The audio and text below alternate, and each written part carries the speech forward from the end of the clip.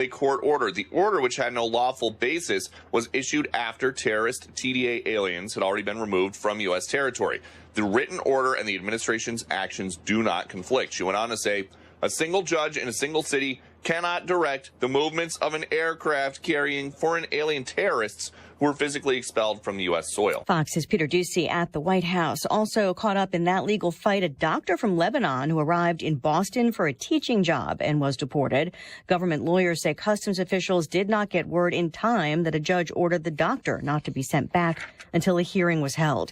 President Trump says he'll hold Iran responsible for any further attacks by Houthi rebels in Yemen after launching weekend airstrikes over Houthi attacks on ships in the Middle East. Montana Republican Senator Steve Daines telling Fox News. You've got to keep these navigational areas free and open, and the best way to go after terrorism is to kill them. The weekend strikes reportedly killed more than 50 people, including children.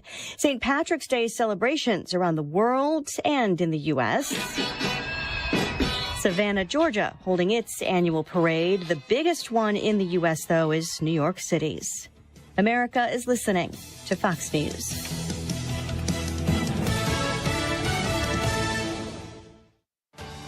Someone had a birthday. Yep, 50. Can't believe it. 50 years of wisdom. Great segue. We have health news, a CDC update.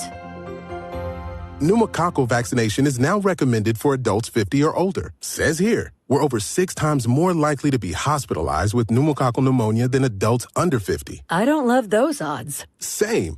Look what I found. Pfizer's Prevnar 20 is proven to help protect adults against pneumococcal pneumonia and invasive pneumococcal disease in just 1 dose, and millions have already gotten it. Continued approval may depend on a supportive study. Don't get Prevnar 20 if you have a severe allergy to its ingredients. A weakened immune system may lower your response. Common side effects include injection site pain and swelling, fatigue, headache, muscle, and joint pain. For full prescribing information, please call 1-855-213-2138. Visit Prevnar20.com or talk to your doctor or pharmacist. I'm on Prevnar20.com now, scheduling my appointment. Good idea. And happy 50th. When you're approaching retirement, there are a lot of questions to answer. Do you have enough money to fund your income for life? How should you claim Social Security? And what's your plan for health care and long-term care? Hi, I'm Eric Robert, Director of Investments with the ClearPath Wealth Management Group at Stifel and host of On the Money Saturday mornings at 11 on 97.1 FM Talk. Don't leave your retirement to chance. It's crucial to understand and address relevant risks before you retire. Our team can help you get organized, guide you through critical retirement decisions, and create an investment portfolio designed around your needs. To schedule your free retirement plan consultation, go to clearpathinvesting.com. That's clearpathinvesting.com. Or call us at 636-695-2650. That's clearpathinvesting.com or 636-695-2650. Stifel Nicholas and Company Incorporated, member SIPC and NYSE. If you're the victim of a car accident or suffered a work injury in St. Louis, you want attorneys who live here and work here to handle your case. You want someone who knows St. Louis and is about St. Louis. You want Kaufman Townsley. Call 314-500-5000. You're leaving for work, but the garage door won't open. Is it the opener? Is the spring broken? Now you're late and your car is trapped. Well, don't panic. Overhead Door Company of St. Louis is here with same-day emergency service. They won't leave you stuck. The original Red Ribbon Garage Door Company, trusted in St. Louis since 1926. Call 314-781-5200 or schedule online at overheaddoorsstlouis.com. Hey, it's Mark Reardon for New Perspective Senior Living, where your loved one will enjoy chef-prepared meals, engaging activities, state-of-the-art technology, and a welcoming community that feels like home. Visit npseniorliving.com to schedule a tour today. New Perspective, where every day is a chance to live life on purpose. Are you tired of feeling sick and tired? I'm Dr. Nick Barnes of Health from Within Family Chiropractic. Our simple 5-step approach aligns your health naturally.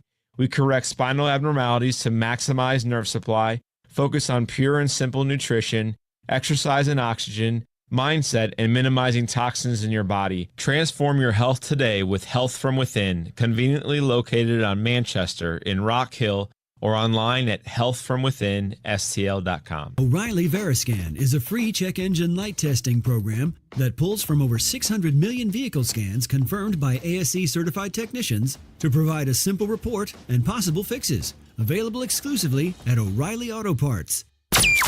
That is exactly what I needed to hear. Thank God someone here knows what they're talking about. That's us. That's right. Gotta love this American ride. All right, you need to take the time and get the full picture.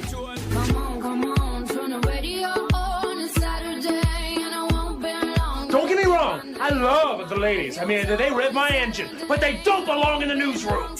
It is Anchor Man, not Anchor Lady. What do you want from me? I'm not America's sweetheart. Goodness sake, kid. Keep your voice down. Your father's listening to the radio. I'm not America's sweetheart. This is the Annie Fry Show. First of all, the mood of the country. This really jumped out. We asked folks, is it on the right direction or the wrong direction? That 44%, you say right direction, that's up since November. And if that doesn't seem like a lot, the last time it cracked 40%, you got to go back to 2012. The last time it actually hit 44 or higher, January of 2004. So a lot of this is Republicans, but independents, that number is also up since the election on the direction of the country. So the right direction of the country. Now 44% of people say we're on the right direction. And let's see here, 27% of people said that during the election. Things are going pretty well, except for me, because I did that thing this morning that you're not supposed to do when you're 40, which is when you're standing next to your bed getting dressed. I just turned to the left a little bit, and something happened to my back. Don't do that. All I did was pivot to the left. Man. I went to the left. My back was like, bad idea. I told you to stop moving around. I know. Stop going left. I was just going to stay in bed, but then you were stuck in traffic, and you wouldn't have been able to save the day. Well, I think I would have been okay, but you know, again, I think that you just need to listen to the advice of the people who love you and care about you. And stop trying to do anything. Is that how it is? Yeah. Welcome back, Ryan. Yeah, thank you. You had a fun weekend? Yeah, it was great. We went to 3 theme parks, and then we came back yesterday. We'll talk a little bit more about that later in the show, in the 2 o'clock hour. But you had an eventful travel weekend. I was wondering if you were shaking your fists at the sky, not at Pete Buttigieg, but at Sean Duffy. I was. Oh my gosh, no! I was like, how do I text Sean Duffy somehow through Twitter? Or... Can I please see the manager? Can I please see the secretary? Yeah, we got stuck on the runway yesterday trying to get out of Florida for 3 hours. You weren't on the runway for 3 hours. We were on the runway for a little over 2. That's but crazy. We were over 3 hours late. Yeah. It was bad. But I think right now we might be in a situation where a lot of the air traffic controllers are being extra careful because, you know, the public perception is that... Don't hate hearing that. Yeah, I'm like, well, I don't blame them. And there was a line of storms that went from like the middle of the Gulf of America all the way out to the Atlantic Ocean that wouldn't break. We were there a couple days ago. Those were our storms. Wait. Are we allowed to talk about the problems the station is having right now because of the storms? Sure, I think we're past most of them. Well, are we? We're past some of them. We have workable solutions. Yes, yeah. We withstood a little bit of damage to a satellite, so the station has had to be on their toes since the storms hit. Friday night, was it? Yeah. And so we've been pushing through, and it's live radio, and we're doing the best we can. Oh, that's what you mean by those were your storms. I understand, like they made their way to me by then. Gotcha. Just for anybody who's slow like me and Jimmy Fallon, who does that promo where he says he's slow like me. I understand now. Thank you for including me. All right, I guess we'll move on. Okay. Thank you. Thanks for letting everybody know that you've officially caught up. The YouTube live chat poll for today: would you ever own an electric vehicle? Yes, no, or you already do. The watching Senator Kelly, he's an astronaut. I think he has a personal hatred for Elon Musk. I think he's like, I wanted to be the astronaut. I wanted to be the space guy. Who the heck are you coming into Washington, D.C., trying to be the space guy? And Mark Kelly, senator from, Arizona, is like, that's my space. That's what I'm doing here. So he did what any good green-bleeding, climate change-fearing, whatever worshiping guy would do, Democrat elected official, and he traded in his electric vehicle for a gas guzzling Tahoe. And he said, "Take that." And everybody was like, "Oh, I don't get it." Yeah, and Blue America was like, "Blank, yeah." Were there no electric vehicles anywhere for you to buy that weren't Teslas? If you ever wanted to lean in, are Tahoes made in Illinois, in America? I think most vehicles in America are made in America at this point. Even like Hyundai and Toyota have plants here. No, I'm not sure the Tahoes are. I don't think so. I watching him stand next to, like, the epitome, the depiction when we did Cash for Clunkers or whatever it was. Remember that? Yes. And it was like, trade in your gas guzzler. Well, Senator Kelly went and found one and said, I'm going to drive this instead of my electric vehicle. Why? Because I care about I care about me. I care about me. That's what I care about. And I hate Elon Musk. And I really hate Donald Trump. And I care about me. And the Tesla is Gonski. And now I got a Tahoe. So thank you for that. The virtue signaling from the Democrats is getting a little rusty, I would say. Are you interested in ever owning an electric vehicle? I am. And I would love to drive a Tesla. I've looked. They have some that are built for like families. I need at minimum a 6-seater. My husband has a Jeep Grand Cherokee. Is it a Grand Cherokee? I think so. I think, it's a long one. I remember you talking about it enough, but yes. Yeah. I don't remember. Yes, you have a Grand Cherokee. Yes, okay. It's the L, and it's got like the extended back seat. So it's a 6-seater. It can't fit 7. And that car is so much physically larger than the Chrysler Pacifica that we drive, and I can fit 8 in the Pacifica. Must drive a lot of people.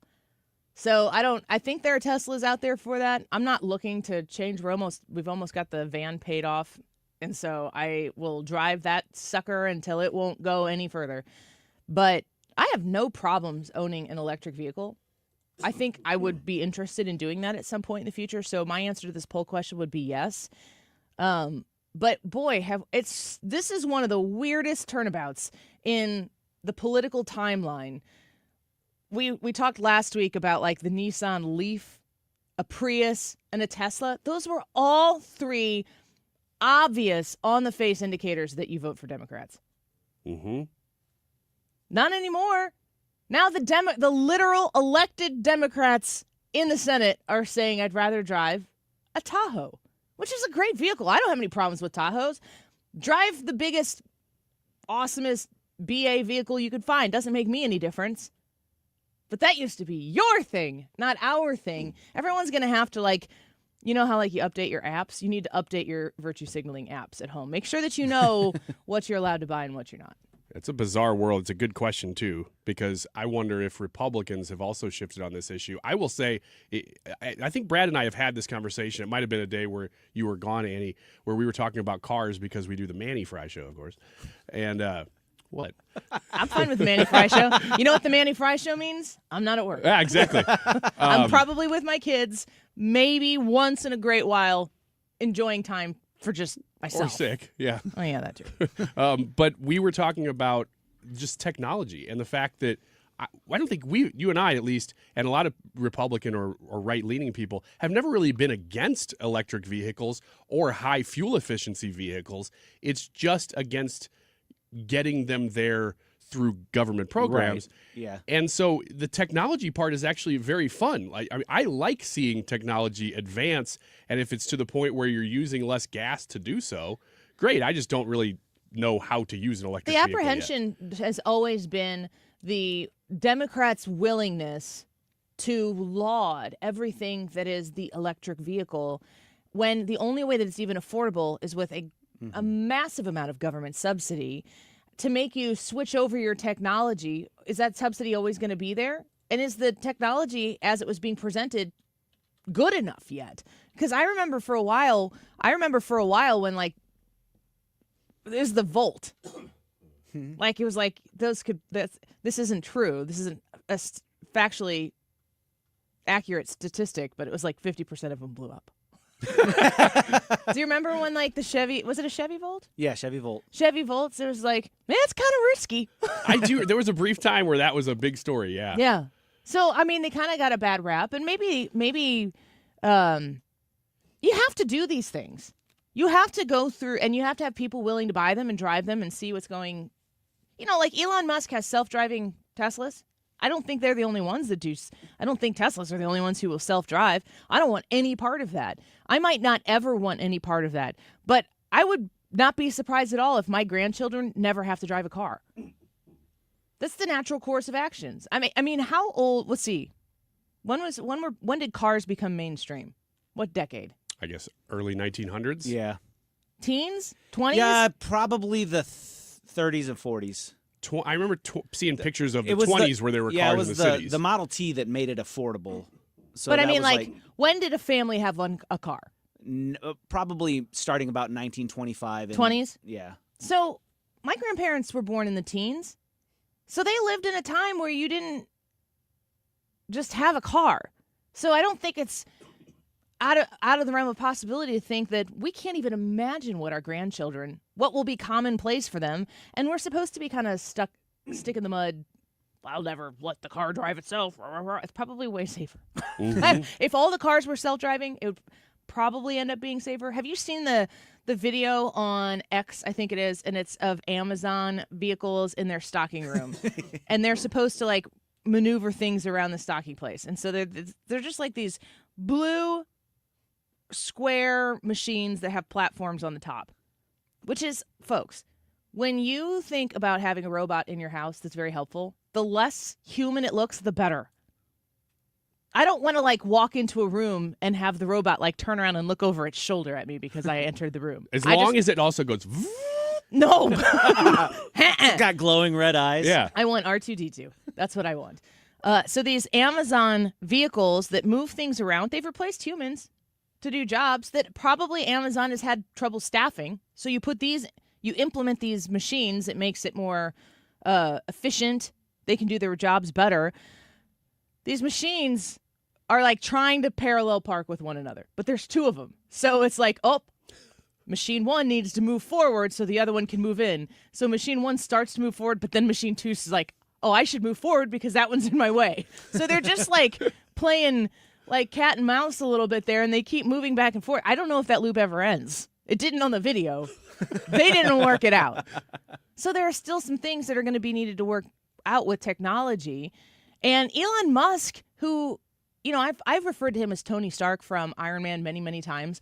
I read that article, I think it was in People magazine, possibly months ago. I think it was before the election. That said that Tony Stark, when that character was created on a mashup of Bezos and Musk and maybe one or two other characters that don't come to mind. This guy, Elon Musk, was a celebrity, a bigger-than-life character that was a real person doing real amazing things like rescuing astronauts from outer space when Joe Biden couldn't be bothered to be woken up from his nap to go help these people. I cannot wait for the details of this story to unfold. This world-class hate that people have for Donald Trump that has overflowed over onto Elon Musk is making people like Senator Mark Kelly stupider.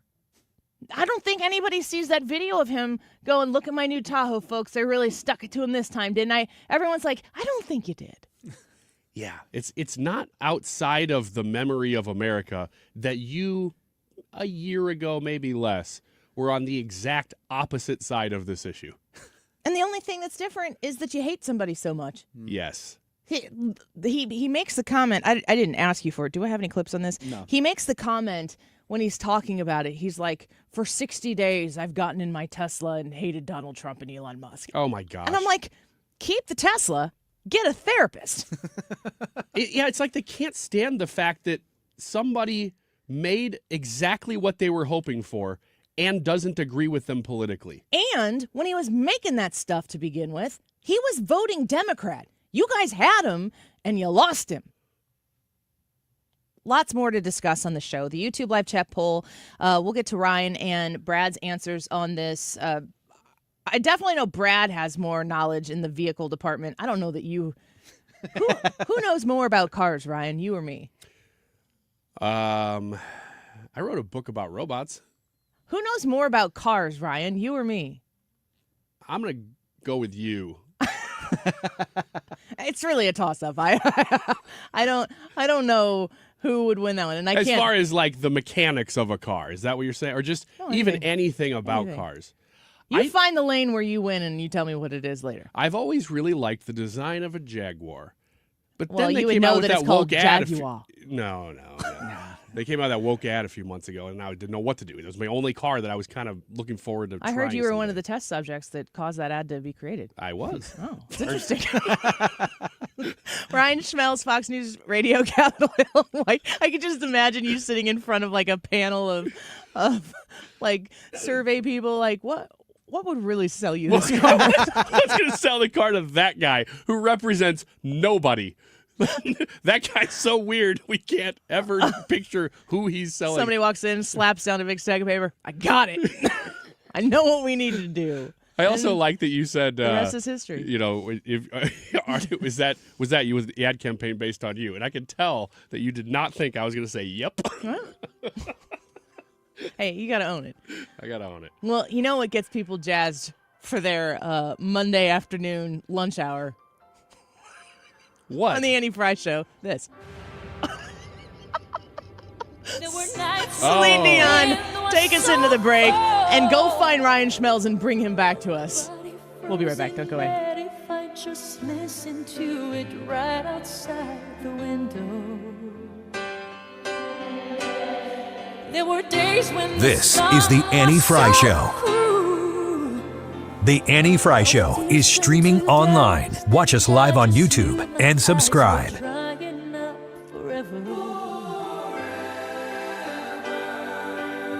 I finished crying in the instant that you left, and I can't remember where or when or how, and I banished every memory you and I had ever made. But when you touch me like this, and you hold me like that, I just have to admit that it's all. You let it play. Brad cut it off. That was like 3 minutes too early that you cut that song off. I didn't. Usually kind of like let the beat drop. Right. And then you come in and I tell you like Civil Law. Mhm. And then everybody's like, jazz. Like, I got to make that phone call. Yeah, people were really looking forward to hearing about Civil Law, but after the climax of the song. And Brad just ruined it. Yes, this is my fault. I will own this. Ethan's going to get a stern talking to here. I'm going to go talk to him right now. Yeah, you let him know. Ethan, why don't you make Brad let the song play longer? Because the beat doesn't drop, because Celine is sad. That's Is why. she sad the whole time, though? That's Apology accepted. Moving on. Okay. Thank you. Civialaw.com if you are interested in planning your estate out and you need an expert. This is not something you can do on your own. Don't go to a website and pull it up and be like, this should be good enough, right? Because if there are loopholes, if there's one T that isn't crossed, one dot missing on an I, you are going to be very, very regretful. Todd Civia at Civia Law has told me about many, many stories. People come to him, they start planning the estate, and when he starts saying, here's what you should do with this part of your estate, here's what you should do with that part of your estate, the tax savings can be monumental when working with Civia Law. Now, he's on both sides of the river. If you're looking in Missouri, he's got an office in Wentzville, and if you are looking, I think he's in Creve Coeur as well. On the Illinois side, you can go to Edwardsville. You can visit him in East Alton. You can go to Mount Vernon. He's all over the place. Reach out to him and schedule a strategy session today and get the process started. You are 2 weeks from completed documents when that strategy session is signed. 833-995-WILL, 833-995-WILL, civialaw.com. Hey guys, Glover here from my friends at Triton Exteriors. Hopefully you've heard me talk about Triton before, and you know that I'm good friends with their owner, Tim, that I love their commitment to customer service. Tim comes from the restaurant business, and so he is completely focused on your happiness. The answer is yes. What's the question? Also, we're not just your average contractor. We're your neighbor. We're proudly based in Shrewsbury. We deliver stunning exteriors with James Hardie Siding. So why James Hardie? Why is that a big deal? Well, it's the #1 brand for durability, curb appeal, and the best-in-class return on investment.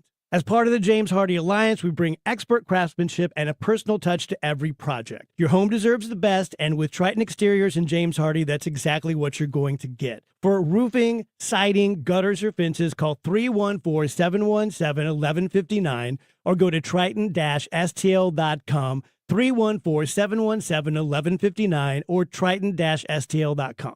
Attention. Have you racked up $10,000 or more in credit card debt? Are you barely getting by making minimum payments? With credit card debt reaching all-time highs, National Debt Relief is notifying consumers about significant debt relief options currently being made available to help those with overwhelming credit card debt. These options may reduce a large portion of credit card debt for those who qualify. You don't need to declare bankruptcy or take out a consolidation loan, and you may only have to pay back a fraction of what you owe, even if you have bad credit. National Debt Relief has already reduced the credit card debt for more than 550,000 consumers. So don't wait. If you owe $10,000, $20,000, or even $100,000 in credit card debt, you can now take advantage of this financial debt relief as the cost of living continues to skyrocket. To check what debt reduction you may qualify for, call 800-355-8282. That's 800-355-8282. Again, that's 800-355-8282.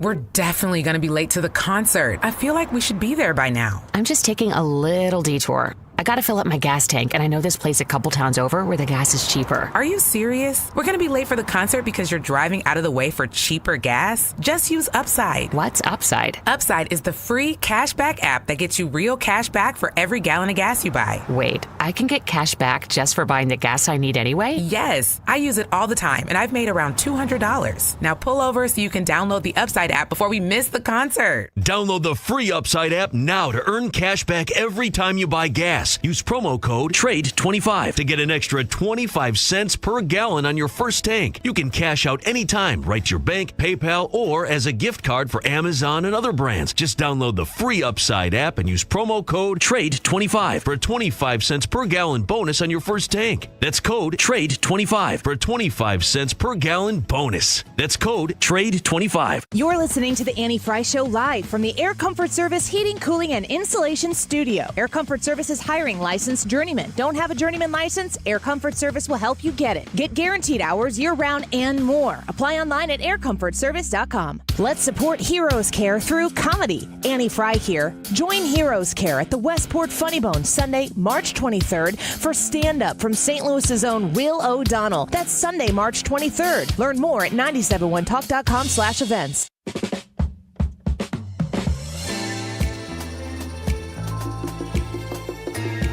This is the Annie Fry Show. Follow Annie on X at Annie Fry Show.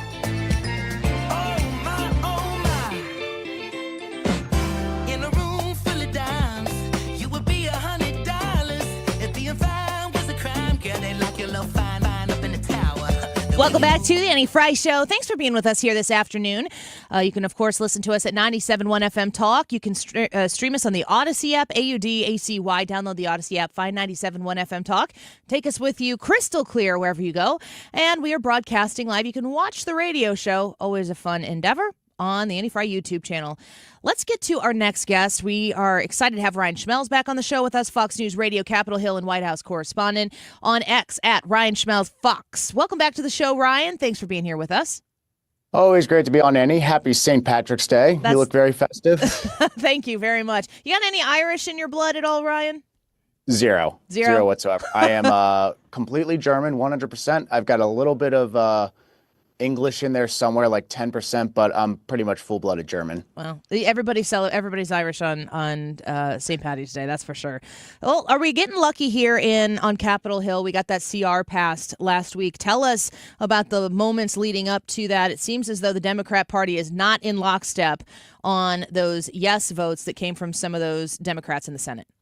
Yeah, that is certainly the case. You know, House Democrats were able to get just about every single one but one Democrat to support this bill in the end. It goes to the Senate, but I think the Senate was a little taken back by the fact that Republicans were able to have so much unity around this bill and be able to essentially pass it for the first time that I can remember. We saw a continuing resolution or a stopgap measure find full support from Republicans. One Republican, Eric Burleson, who's I believe been a guest on your show before, he said he barely likes this bill, which essentially he's justified Donald Trump as being the reason he got this bill, or he got to yes on this bill. And he said, it's not like Lucy kicking the football. It's Donald Trump taking the football from Charlie Brown and saying, I'm kicking the ball.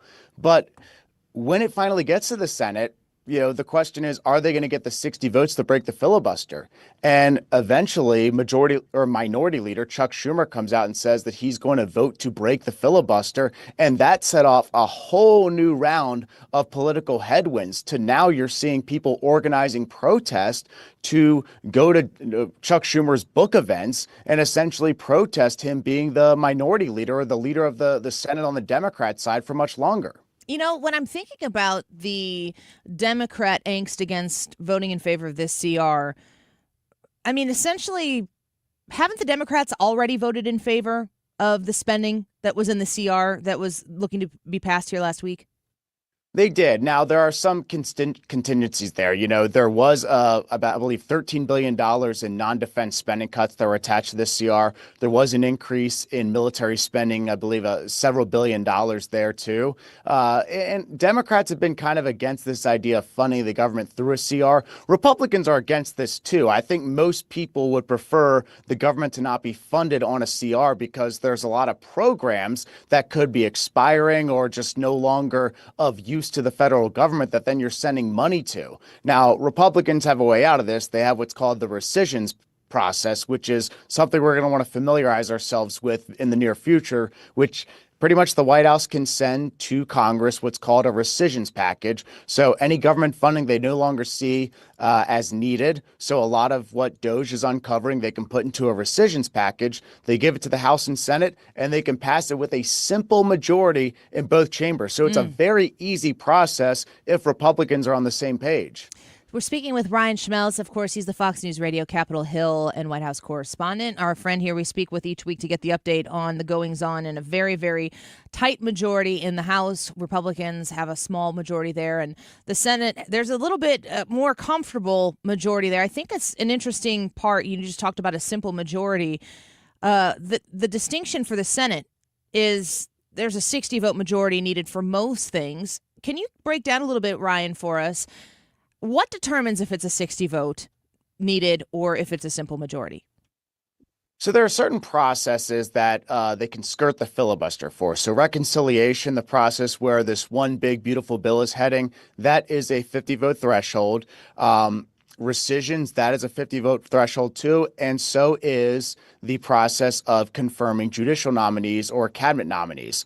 Now, the filibuster is active for some other pieces of legislation. This CR that we just went through, the filibuster is active for that. But when they break the filibuster with 60 votes, then it is a 50-vote threshold for final passage. And so that's why you see Republicans oftentimes, or Democrats, pretty much whichever party's in control, they'll offer an amendment process, which kind of is a way for them to tell the other side to just vote for cloture, break the filibuster, and then we can try to see if some of your amendments will pass. In this situation, I think we kind of knew where it was going to go. Democrats would get some amendments. They'd be able to skirt past the filibuster, and then a bunch of amendments will be put on the floor, and none of them are going to pass. Now, Rand Paul got a little bit of flack from what we understand from Republicans because he decided to put an amendment there that was going to codify some of the federal aid cuts that DOJ has been putting forward.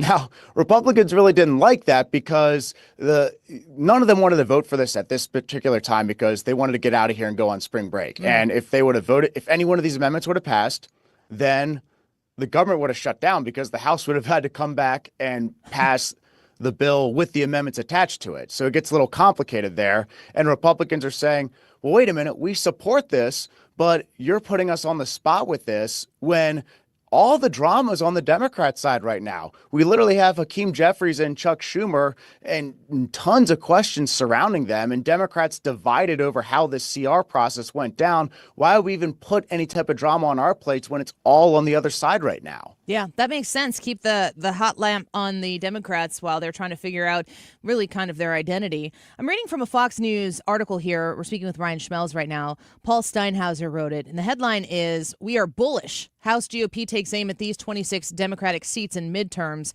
Republicans hold a slim 220 to 215 majority when the House of Representatives is at full strength." You know, Ryan, there's a lot of talk and discussion about a ticking clock here. You've got Donald Trump in office for just short of 2 months. And how long does he get to push all of this stuff through until a slim majority of Republicans, 220 to 215, according to this article, before all these folks have to really start worrying about their reelections?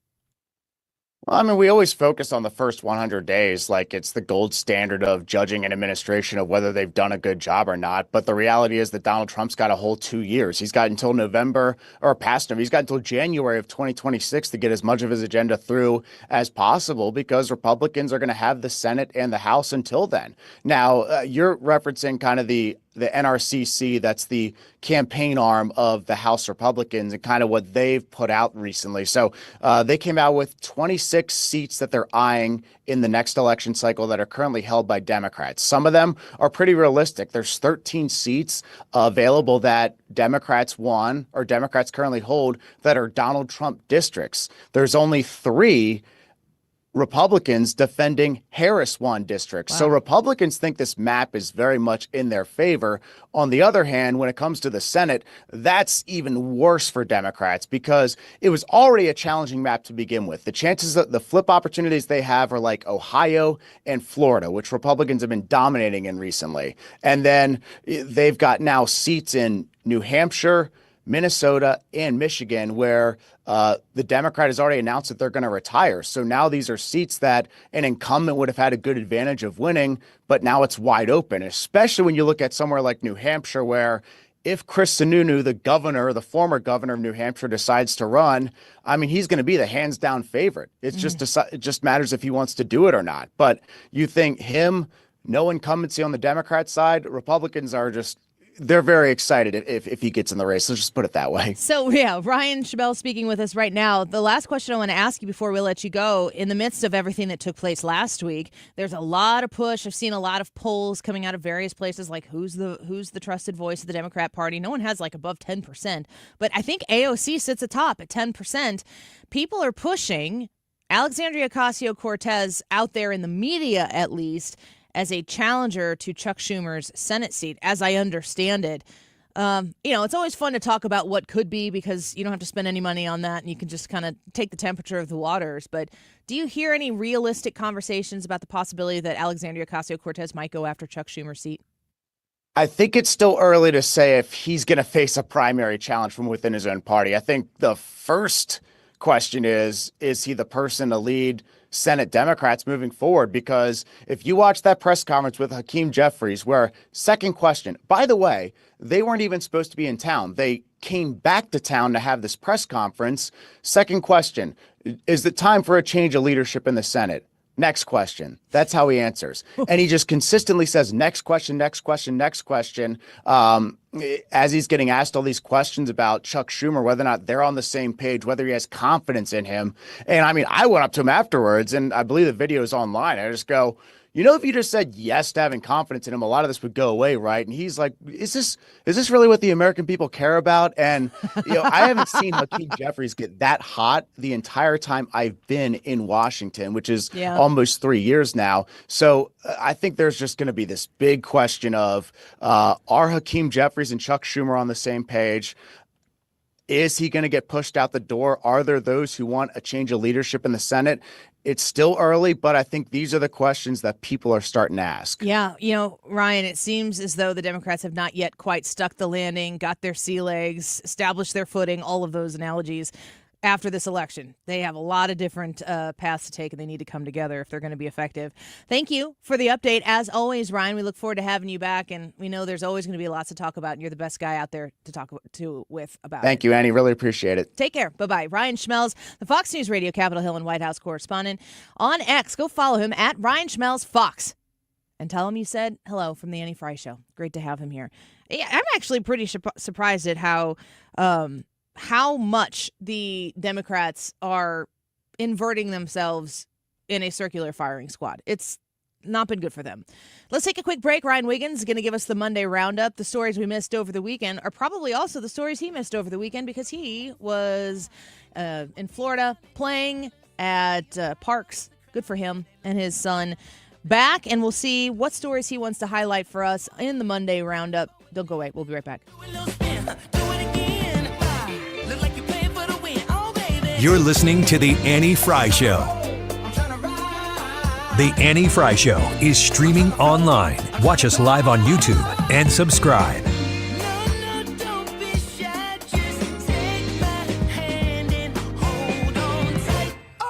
The Dittamore Group online at thedittamoregroup.com. That's 2 T's and Ditta and 1 O in more. Dittamore.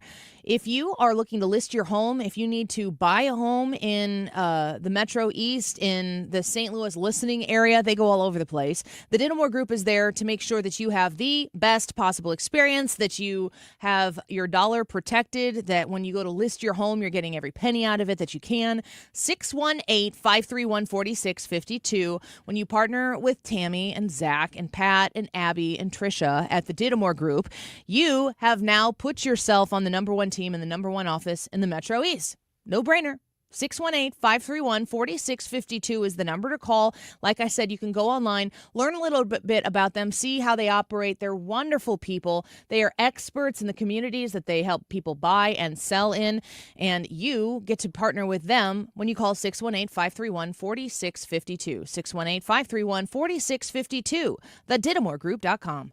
Step outside and fall in love with your backyard again. From inviting porch overhangs to durable composite decks and cozy screen rooms, Lakeside Renovation and Design creates stunning outdoor living spaces designed for relaxation, entertaining, and making memories. With expert craftsmanship and top-quality materials, your new outdoor oasis will be perfect for every season. Call Lakeside Renovation and Design today or visit lakesiderd.com to get started. Let's turn your backyard into the retreat you've always dreamed of. Attention, have you racked up $10,000 or more in credit card debt? Are you barely getting by making minimum payments? With credit card debt reaching all-time highs, National Debt Relief is notifying consumers about significant debt relief options currently being made available to help those with overwhelming credit card debt. These options may reduce a large portion of credit card debt for those who qualify. You don't need to declare bankruptcy or take out a consolidation loan, and you may only have to pay back a fraction of what you owe, even if you have bad credit. National Debt Relief has already reduced the credit card debt for more than 550,000 consumers. So don't wait. If you owe $10,000, $20,000, or even $100,000 in credit card debt, you can now take advantage of this financial debt relief as the cost of living continues to skyrocket. To check what debt reduction you may qualify for, call 800-355-8282. That's 800-355-8282. Again, that's 800-355-8282. If you're struggling with weight and frustrated with dieting each and every year, Mark Patrick Seminars can help. After this hypnosis, I want to eat good food. Since August, I can honestly say I have not had one potato chip. It was life-changing for me. And I don't think about desserts like I used to. Bridget, how much have you lost now? I lost a total of 83 pounds. Holy cow. It's easy, it's fun, very relaxing, and very successful. And I would just say go for it. Early bird special, only $49.99. Hypnosis designed to destroy unwanted cravings. That's right. Seminars, Sunday, March 16th. Holiday Inn, St. Louis Southwest, Route 66 in St. Louis. Weight loss seminar, 11 a.m. Stop smoking seminar, 2 p.m. Or Monday, March 17th. 4 Points by Sheraton, St. Louis, Fairview Heights, Fairview Heights. Weight loss seminar, 5:30 p.m. Stop smoking seminar, 8 p.m. Register at markpatrickseminars.com. Mark Cox here. If you're nearing retirement or already retired, call my friends Thomas Helbig and Bob Kershaw with the Retirement Advisory Group. They'll show you how to link to the market without the risk. They're the official financial advisors of my show. Go online to retirementkey.com. Two things for you today. One is the YouTube live chat poll. Would you ever own an electric vehicle? That is today's question for you to answer. Yes, no, or already do by typing in Annie Fry on YouTube. The second thing is that we are giving away Collective Soul and Live tickets today. So stick around if you are a fan of Collective Soul or Live, or you like listening to Collective Soul live, or you like listening to Live, because both of them will be live together. Stick around for that. I don't know, when are we at? 2 o'clock probably? 2 o'clock hour? Yeah, okay. All right, 12:45. What? 12:45. This time check is sponsored by Jerry Kelly Heating and Air Conditioning. It's time for a $98 AC tune-up. 97.1 FM Talk is proudly supporting the Guns N' Hoses Queen of Hearts raffle, benefiting the St. Louis Backstoppers. Learn more at stlgunsandhoses.com and listen to the Mark Cox Morning Show Fridays at 8:20 for winner announcements. Splish splash, I was taking a bath, long about a Saturday night. Yeah, rubbed up, just relaxing in the tub, thinking everything was alright. Well, I stepped out the tub and put my feet on the floor. I wrapped the towel around me and I opened the door. And then a splish splash, I jumped back in the bath. Well, how was I to know there was a party going on? There was a splishing and a splash and reeling with the feeling. Welcome back to the Annie Fry Show. Happy Monday. Happy St. Patrick's Day. We could talk a little bit about that in the 2 o'clock hour, along with Ryan's trip this weekend that he took with his son just to go to some theme parks. I want to get you over to the Annie Fry YouTube channel and have you vote on this poll. Would you ever own an electric vehicle? Yes, no, or you already do. Go to the Annie Fry YouTube channel. Vote. Let us know. Now I got to ask you about this question. I've avoided this topic forever. But now that you're with me, I have to ask you about the whole Tate brother thing. For those people who are unfamiliar with this whole story, count your blessings. Ryan, you've changed your voice. Well, I thought you were going to play your intro. You pushed the wrong button. Good job, Ryan. Well, here's the thing. I'm going to play the intro, and I'll tell you why I'm playing it. Wiggins! Oh! Wiggins with a man's jam! Yeah, that's a different version of the intro that I made because as long as we have... Thank you. My voice is changing. What is the matter? Puberty. As long as we have a local team in the NCAA tournament, I'm going to play Wiggins' intro with the man's jam. But it is the Monday Roundup, and we have several stories to get to here that you may have missed over the weekend. Let's start with beef tallow. We should always start with beef tallow. It's going mainstream. I stand with beef tallow. Do you? I don't know. What is it? Well, that's why I brought the story from USA Today. What is beef tallow? Have you guys researched this at all? Or is it just like it's in the background, haven't actually looked into it? I wouldn't say I've researched it. I keep trying to get guests on the show to talk about it, but that hasn't happened. So, well, I'm here. I did say expert. Thanh you. Where's this article from? I am a fast food expert. That's not making me a beef tallow expert. I think you're a vegetable oil and high fructose corn syrup expert. Where's your article from? USA Today. USA Today says that beef tallow is simply rendered animal fat. It is created by slowly cooking parts of a cow over low heat until the fat separates from the meat tissue. Mm-hmm. The process also reduces water content and other particles with only the saturated fat or of the animal remaining. So it's that stuff that's left over once it cools. It's natural. Yeah, you're cooking it in the fat of the animal. So beef tallow is more healthy in that sense because it's already part of what you're, part of the animal, part of the meat. And then USA goes on to debate. Of course, they can't just say, yes, it's healthier. They say, oh, well, seed oils do have a lot of omega-3s and blah, blah, blah. So, but overall, beef tallow is much more natural, according to the experts, me and USA Today. Russell has a question. You want to go ahead and read Russell's question on the air? Sure. Let's see, Russell. Did Ryan bring back gifts from Florida? Yes, I did for my kids. Not for these guys, though. Aww. They've seen Florida. Oh, they don't. They don't care. Did you want one of what I got my kids was a couple things at the airport. Does that count? Because we didn't stop and souvenir shop a whole lot. Don't talk about the airport gifts for kids on the air. That is a secret.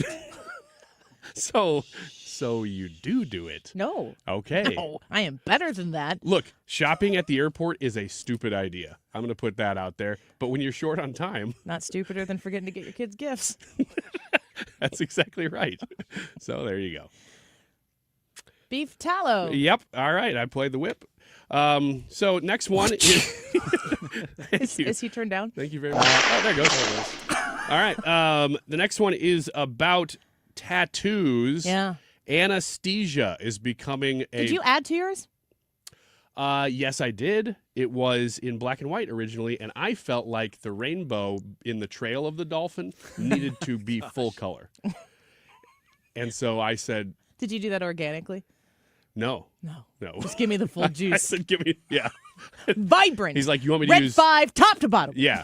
You want me to use beef tallow on this rainbow? I said, Afterwards. No. I said, no, I want you to use seed oils to color in my Just rainbow. rub some beef tallow on it. It'll be fine. Yeah, We'll start saying that to our kids. It's a beautiful panorama Mm-hmm. of an ocean. Sun is setting, dolphin jumping out, rainbow in its trail, and it is jumping higher than you could possibly imagine.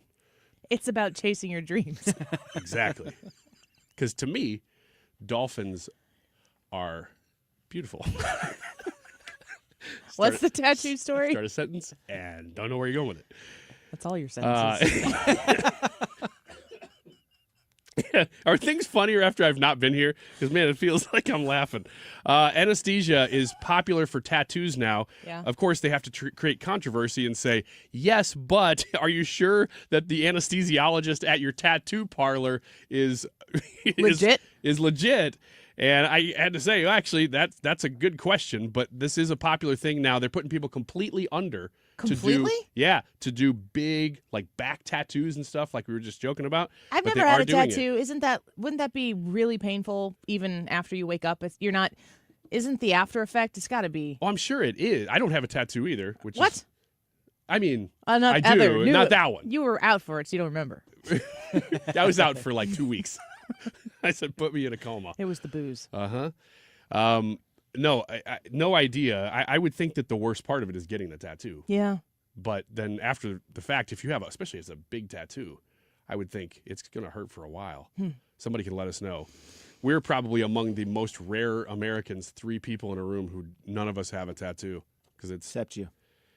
Except for my giant one. I keep forgetting to stick with that narrative. Thank you very much. 6 tornadoes confirmed so far by NWS in the St. Louis region. Wow. National Weather Service has confirmed that we did have 6 tornadoes so far from Friday's severe weather. And they give the tracks of most of them. I don't think any of these made it into Illinois. So you're talking about mostly west and southwest of St. Louis. There was one in North County, and they say that one looks like it might end up being the most damaging because it was the most populated.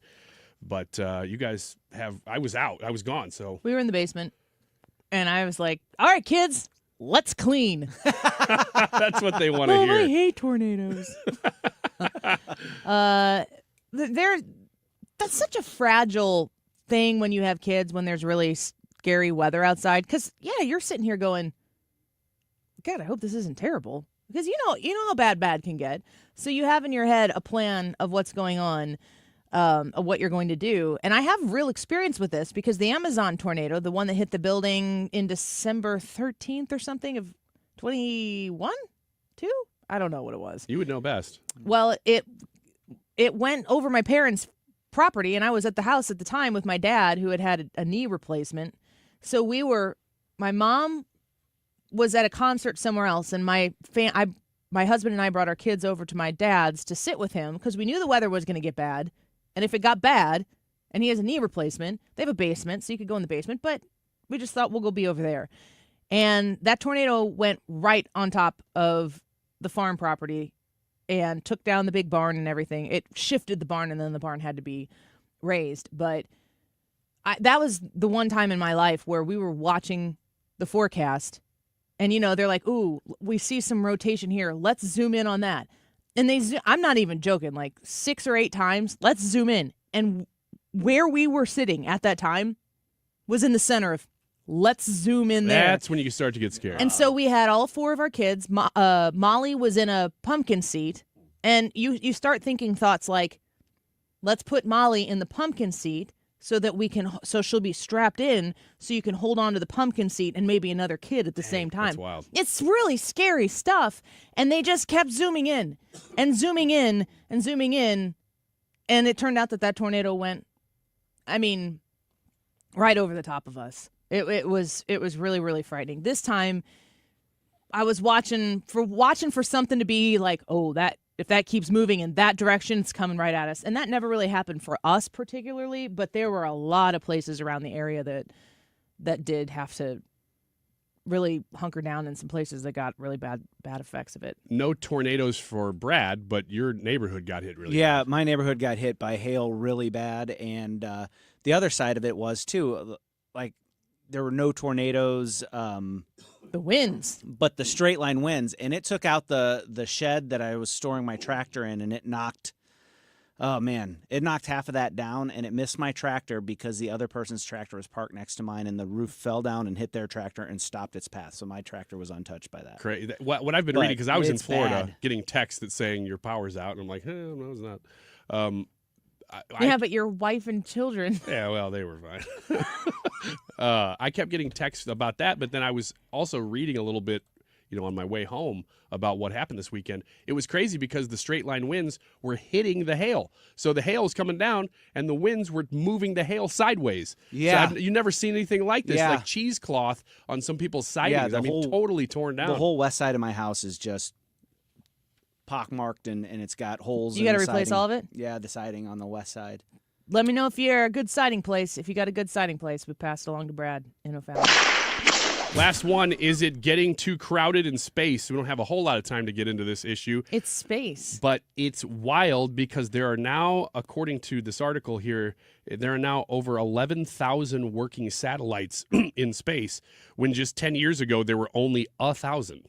So it's getting pretty crowded up there, and to have to figure out, Elon Musk is going into space all the time. You got to avoid space junk now.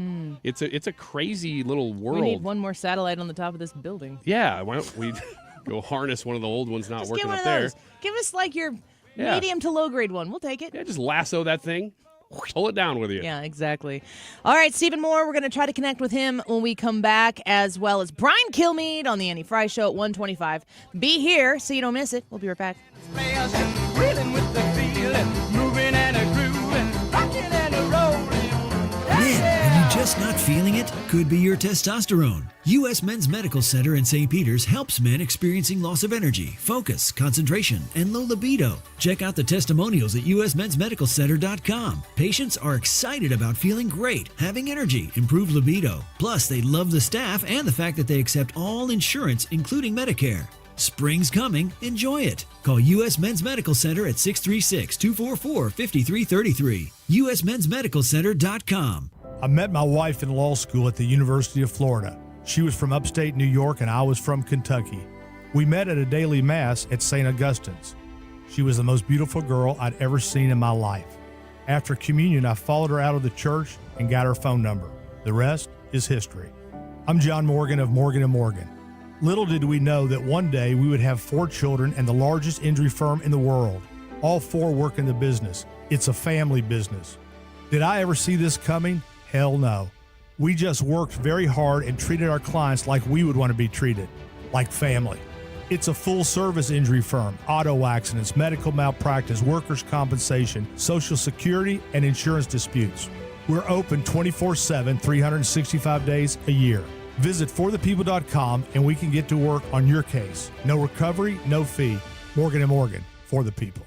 Injured? Dial Pound Law or visit forthepeople.com for an office near you. This will be the biggest event ever done in St. Louis. I hope you're a part of it. Yes, Brian Kilmeade here, and I'll be there on Saturday, March 22nd. Jot that down, at the Factory in Chesterfield. It is a beautiful place. Joining me on stage, Mark Cox, Annie Fry, Mark Reardon, in this engaging motivational journey through America's past and how it relates to today. It's inspirational, it's immersive. It's Saturday, March 22nd at the Factory. Tickets available at 971talk.com/events. Sponsored by Bob and Tammy Kershaw of the Retirement Advisory Group. KFTK FM Florissant from the Kaufman Townsley St. Louis's Injury Lawyers Studio. Call 314-500-5000. That's 314-500-5000. All on the free Odyssey app. Air Comfort Service, heating, cooling, and insulation. Weather. Chief Meteorologist Dave Murray. Monday afternoon, lots of sunshine, breezy, about 69. Tonight, partly cloudy, 52 degrees. Tuesday, mostly sunny and nice, 77. Lots of clouds around Tuesday night, 52. Changeable sky on Wednesday, and there'll be some rain showers around from time to time. Nothing strong, nothing severe. 62, maybe even some sloppy wet snow Wednesday night. This is 97.1 FM Talk. Chief Meteorologist Dave Murray. Judges' questions. Lisa Brady, Fox News. That from the White House ahead of a hearing later today on deportations of suspected gang members to El Salvador over the weekend, even though a judge blocked them. All of the planes that were subject to the written order, the judge's written order, took off before the order was entered in the courtroom on Saturday. Spokeswoman Caroline Leavitt also says the administration acted within the confines of the law. A lawsuit is challenging President Trump's use of an 18th century wartime law for some of those deportations. Leavitt also facing questions about who was deported. I can assure the American people that Customs and Border Patrol and ICE and the Department of Homeland Security are sure about the identities of the individuals who were on these planes and the threat that they pose to our homeland. Leavitt says the U.S. is paying $6 million to El Salvador for detentions, calling it pennies on the dollar for what maximum security facilities would have cost in the U.S. President Trump plans a call tomorrow with Russia's President Putin, who has so far not agreed to a 30-day ceasefire proposal that Ukraine accepted. Leavitt just telling reporters she won't get ahead of tomorrow's call. I can say we are on the 10th yard line of peace, and we've never been closer to a peace deal than we are in this moment. Adding that President Trump is determined to get a deal done. The French president just posting that President Trump is committed to conditions that Russia must meet for a ceasefire and that it's up to Russia to prove it really wants peace. Irish MMA fighter Conor McGregor spending part of his St. Patrick's Day at the White House, telling reporters he wants to raise issues his home country is facing with illegal immigration. There are rural towns in Ireland that have been overrun in one swoop, that have become a minority in one swoop. So issues need to be addressed. McGregor arguing ahead of a meeting with President Trump that the Irish government is not being held accountable. America is listening to Fox News. Someone had a birthday. Yep, 50. Can't believe it. 50 years of wisdom. Great segue. We have health news, a CDC update.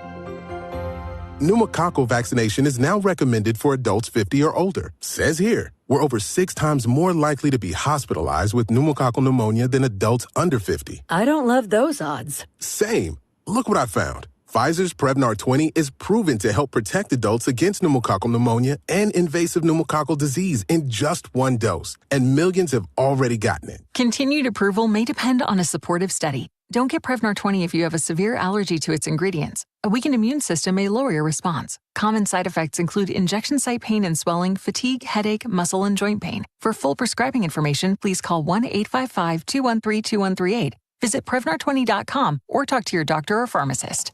I'm on Prevnar20.com now, scheduling my appointment. Good idea. And happy 50th. Don't get lulled into believing the IRS is getting soft. It's just the opposite. Hi, this is Lance Story with the Lance Story Law Firm. We are being told by IRS collection officers that their higher-ups are demanding that they get more aggressive than ever. So don't ignore them any longer. Level up. If you have unfiled returns, unpaid taxes, levies, or liens, call the Lance Story Law Firm today and let us get between you and the IRS. We'll protect your rights, including your right to appeal or even your right to take take the IRS to tax court. Remember, IRS problems are legal problems, and they need to be handled by an expert attorney team who's done it for decades. So call the Lance Drury Law Firm today. We're local. Our office is right here in St. Louis, or visit Lance, D-R-U-R-Y, law.com to schedule your free consultation with your local tax resolution law firm, the Lance Drury Law Firm, 314-260-6120. The choice of a lawyer is an important decision and should not be based solely upon advertisements. If you're a homeowner, it's time to upgrade your windows with Window World. Mark Cox here. I am a satisfied customer. I love the windows they put in my house, and there's a reason they're ranked number one in the number of windows sold in this country by Qualified Remodeler magazine. They have that lifetime warranty. It covers all the parts, the glass breakage, the labor. You don't have to worry about it anymore. And in over 20 years in business, they have improved the look and the thermal efficiency of over 76,000 customers in the greater St. Louis area. Window World is now offering 36 months, same as cash financing, with approved credit. And I think the customer service sets them apart from the rest of their competition. And they have an excellent track record with the Better Business Bureau. They've also raised a lot of money, over $3 million for local and national charities. So be sure and check them out. Call them at 314-993-1800. Tell them Mark Cox sent you. You can also go to windowworld.com. Hey guys, it's Mark Reardon. If you're struggling with low energy, performance issues, or weight gain, Game Day Men's Health has got you covered with testosterone therapy, ED treatments, and more in all of a relaxed man cave environment. At Game Day, you'll get a free testosterone test and consultation, all in just 1 hour. Game Day is the premier men's health clinic with locations in Chesterfield, O'Fallon, Missouri, and Glen Carbon, Illinois.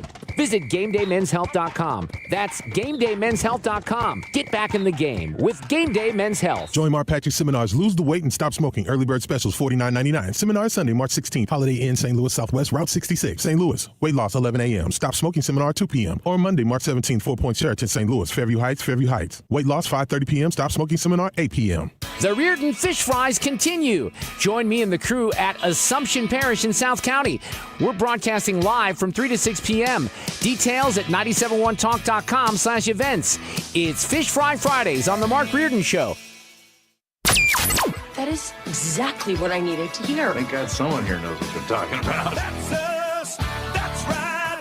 Gotta love this American ride. All right, you need to take the time and get the full picture. Come on, turn the radio on. It's Saturday and I won't be long. Don't get me wrong. I love the ladies. I mean, they rev my engine, but they don't belong in the newsroom. It is Anchor Man, not Anchor Lady. What do you want from me?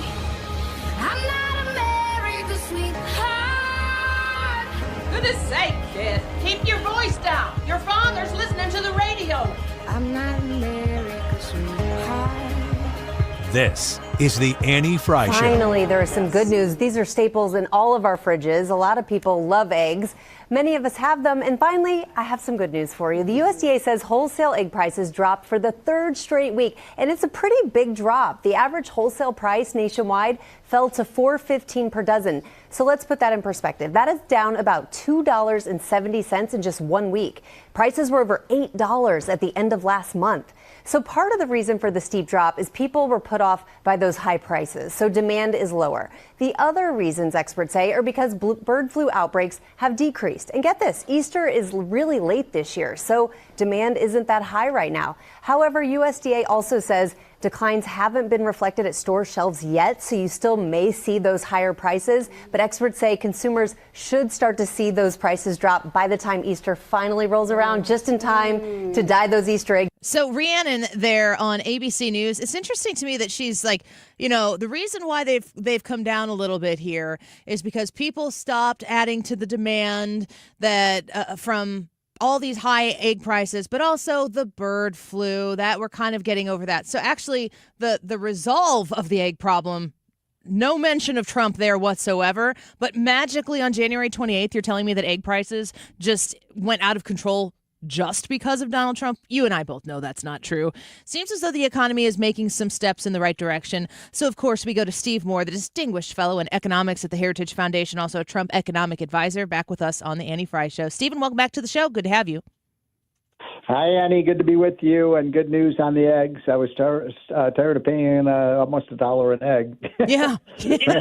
So this is great sign. Look, I think the market's been up a little bit today. It was up on Friday, big time, a huge recovery. So hopefully we've hit bottom, and in terms of the stock sell-off. And I do believe once Trump gets a negotiated settlement with Canada and with the Europeans and China, which I think is coming, sometime in the next month or so, it could come tomorrow, you never know, then I think you're going to have a big bull market. So I want to make sure sometimes we make a mistake, and we all do this, we all get nervous when we see the stock market dropping, and so we sell our stocks at a low price rather than selling them at a high price. The first rule of investing is, buy low, sell high, and sometimes people do just the opposite.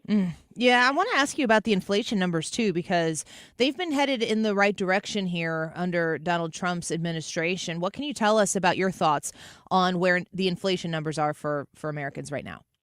They're okay. We're running at about a 3% inflation rate, which is, that's a lot of improvement over 9% that we had under Biden. Remember when it went up almost 9.5%, and everything during his whole presidency, prices of food and gasoline went up by 25 to 30%. So that was a huge, huge dent in family incomes. I still think the price a little bit higher than we'd like them to be in terms of the advance. And so I think once we get the tax cut bill done, and once we start seeing the benefits of this, pro-American drilling technology, and we start to see oil prices come down, I think we'll be in that sweet spot of about 2%, annual inflation, which is the target the Fed wants. Because Trump is very pro-production. He's pro-business. He wants Americans to produce more. And when they produce more, guess what? Prices fall. One thing I remember specifically from COVID, and it was kind of the back half of the COVID shutdown, is we started to realize how many things we didn't make here and didn't have access to unless they were shipped to us from overseas. We hear a lot about Donald Trump wanting to reprivatize the American economy, to make more things here made in America. What do you think about his end goal here to bring a lot of this manufacturing back to the States? Well, I'd love to see it. And the way to do that, you cut me and I bleed red, white, and blue, just like Donald Trump. And so the way to do that, though, is to reduce regulation, reduce the taxes, produce more of our goods and services here. That will make America a more competitive place, better trade deals, all those things are oriented towards. And now, look, we're not going to make everything here in the United States, and I'm not a big fan of steel tariffs. I mean, we do have a steel industry, but it's not huge. But when we tried steel tariffs, all we did was raise steel prices, and then other manufacturing got hit. So I think it should be the reciprocal idea where we're going to require countries like China and countries like Canada. I mean, how could Canada sell us, charge us a 50 to 100% tariff on our dairy and agriculture goods? I mean, how? I thought we had a free trade. Does that sound like a free trade deal? No, I know you're a free trade guy. You've made. Yeah, I am. You've been very consistent. I want all tariffs to come down. I want these other countries to bring their. We are the lowest tariff country in the world. Did you know that? We have the lowest tariffs. So when these Europeans and the Canadians and the Mexicans and the Chinese say, "Oh, you Donald Trump, you bad boy, you're causing a trade war," it's like, what are you talking about? Your tariffs are 3 times higher than ours. Yeah. They've already started a trade war. Do you feel like the tariff implementation from Donald Trump, is it really just about fairness between two countries? Is it about what do you think the end goal is when he's talking about this with all of these various countries? Well, listen, I mean, I'm not a tariff fan. I think, look, tariffs are a tax. That's just a truism. And so some of the burden of the tariff falls on the American consumer. I mean, if you put a tariff on shoes coming in from China and you buy those shoes, they're going to cost more. We've been, as I just said, we've been the lowest tariff country, but it would be a good thing if we could use our leverage and power, and America has all the power in the world, to force these other countries like China to lower their tariffs. I mean, how can they have a 25% tariff and we have a 5% tariff? I mean, it's just ridiculous. And we can force them because China has to trade with the United States. They must, or their country would go into a mass depression. So let's use that leverage, and that's what Trump is doing to bring those tariffs down. Now, the other thing, I said this last week on your show, I'm going to say it again over and over, Annie, we need to pass this tax cut or else we're facing a $4 trillion tax increase on January 1st. Every Democrat in the House voted for a $4 trillion tax increase. Did you know that? Yeah, it's going to hit middle class America very, very hard. That's right. It's we estimate about $2,500 more taxes for the average American family. People are already having a hard time paying their bills. You're going to hit them with a $2,500 tax. It's an example of how deranged the Democratic Party is. If you notice, they're just against anything that Trump is for. Yeah. As he said, they'd be against a cure for cancer if I invented it. He's right about that. And this Trump derangement syndrome, but you see they've just put a new drug out on the market for Trump derangement syndrome. Yeah, I'm just teasing, of course. But I think they need that. Probably make a lot of money. Yeah, no kidding. Well, Steve, we appreciate your time today, and we're watching some of these economic numbers start to move in the right direction, and we know it's very complicated, that CR being passed last week. It's hopefully going to get us to where we need to be by the end of September. Hopefully they have the resolve to get those tax cuts permanent. Oh, I agree. Trump is bullish for stocks. He's bullish for the U.S. economy, and he's bullish for business. So this is a rough patch. We've all lost a lot of money in the last couple of weeks, but it's going to come back. All right. Steve Moore, thank you for the time today. We really appreciate you. Okay, thank you. Take care. Bye-bye. Distinguished Fellow in Economics at the Heritage Foundation, Trump Economic Advisor as well. He's got a book that you should check out to learn more about Donald Trump and his economic plans and what they've done for this country and what they can do in the future. It's called The Trump Economic Miracle and the Plan to Unleash Prosperity Again. You can check that out. I love listening to him talk about economics because if he were in charge of everything, it wouldn't look exactly like what Donald Trump is doing. He's just a little critical and always has been. Yeah, it's interesting because you do have this debate going on. I'm looking at a tweet from Rand Paul right now. Tariff wars hurt home builders, real estate brokers, on and on, purchasers of steel. So there's this kind of battle going on within the Republican Party, and it's philosophical. It's not the kind of political battle we've been used to. These are the kind of old-time political battles we used to have between Republicans and Democrats that now this philosophical argument is going on within the Republican Party. Yeah. Obviously. When it's on policy, when it's on implementation, you've got a common goal and you think my way is the best way to get to, a stronger economy. You think your way. It used to be that Republicans had a thought and Democrats had a thought. I don't know what the Democrats' thought is on anything. And watching the Republicans debate back and forth economic policy and position, it's helpful because when you are putting in place Donald Trump's thoughts, because he won the election, he gets to do this. But it doesn't mean that the likes of Rand Paul are squashed or quieted. The people of Kentucky's voice is still heard in Rand Paul saying, whoa, let's try something else here. So they get to eke it out. They might come to some sort of compromise in the middle. I don't really know because it's either tariffs or not. So Rand Paul is not going to become in favor of tariffs, and Donald Trump loves tariffs. He's not going to be like, all right, Senator Paul, I'll stop. It's not going to happen either. So you've got this push and pull happening on the Republican side of the aisle on this. I don't know about a lot of – I'm trying to think of other areas where the Republicans have very vocal, outspoken disagreements on policy. I think it's usually not a full disagreement. It's just like one person saying we need to go more. We need to go further with these cuts or whatever it might be, and other Republicans being a little more moderate on the cuts that are taking place specifically with DOGE. Then you cross over the aisle and you look at the Democrats who just got walloped in the November election last year. They don't really have a hook to hang their hat on. And you're trying to watch them find where is the leader here? What do the Democrats stand for? And they're not really getting along. Last week, you were one of those who participated in a Choose Your Fighter video.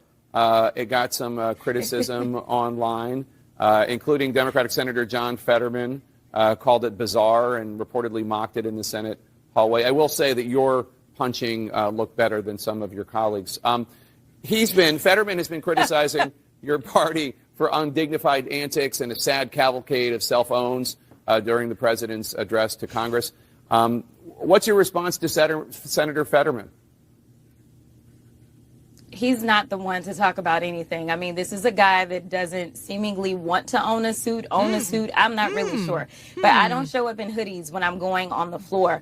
And so the idea that you would say that we could not have a moment in which an influencer asked us to do this. Now, I'll be perfectly honest with you and tell you that when she asked me to jump, I said, did you ask my older colleagues to do this? Because I feel like you're picking on me because you think that my knees are a little younger.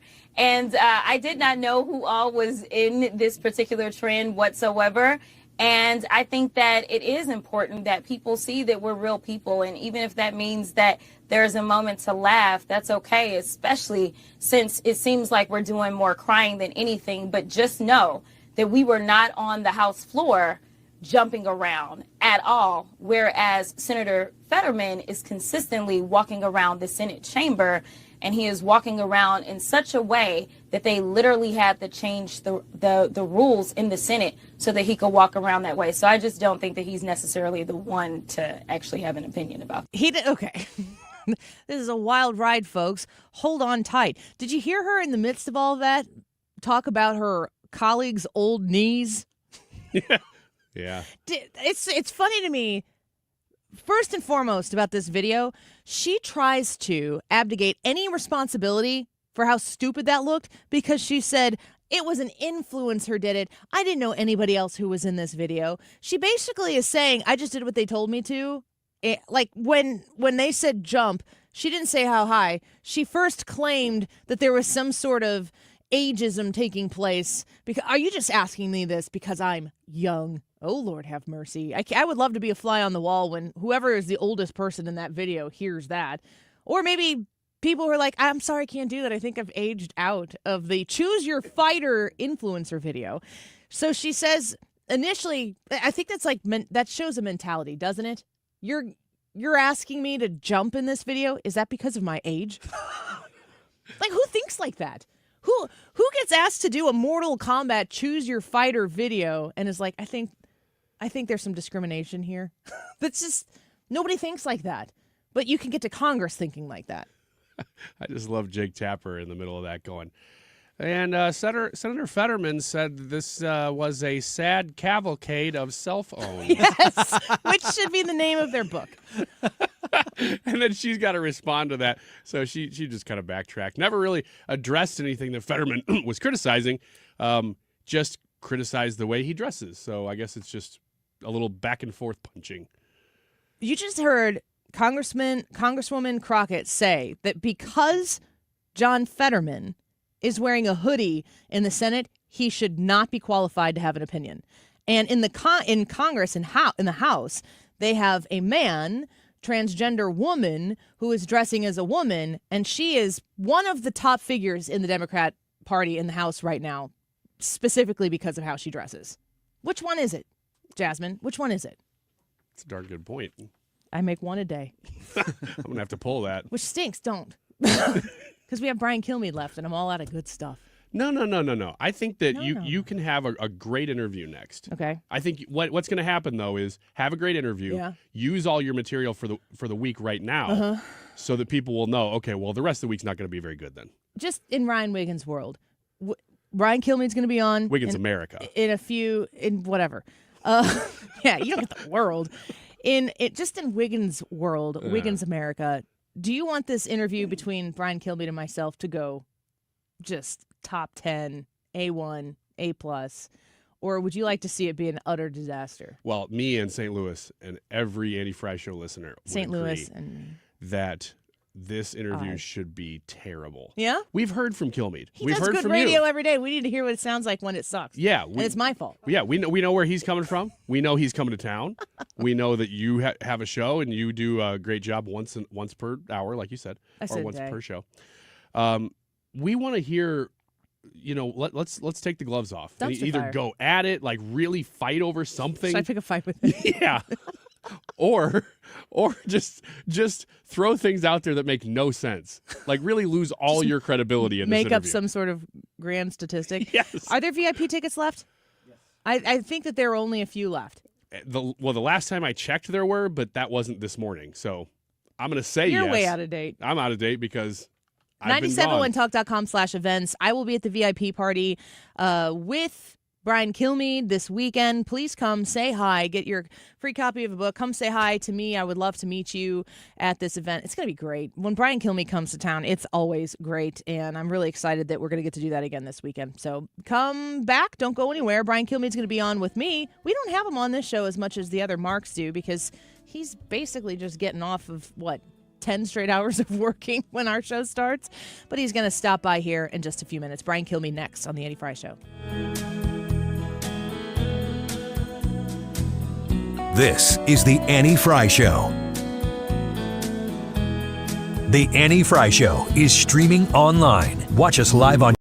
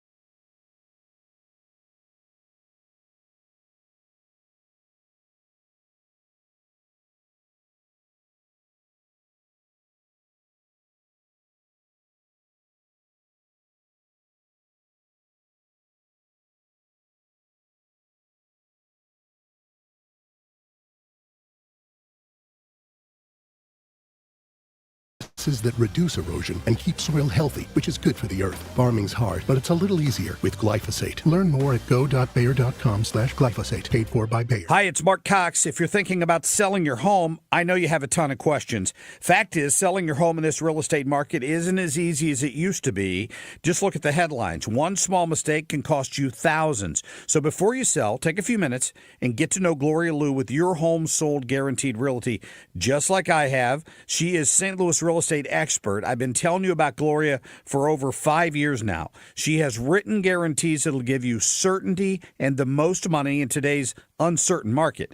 And you're always in the driver's seat. You know exactly how much you'll make on the sale of your home from the very start. That's because Gloria will guarantee upfront and in writing to sell your home at your agreed upon price, or Gloria will buy it. Take it from me. Call Gloria today at 314-325-6888.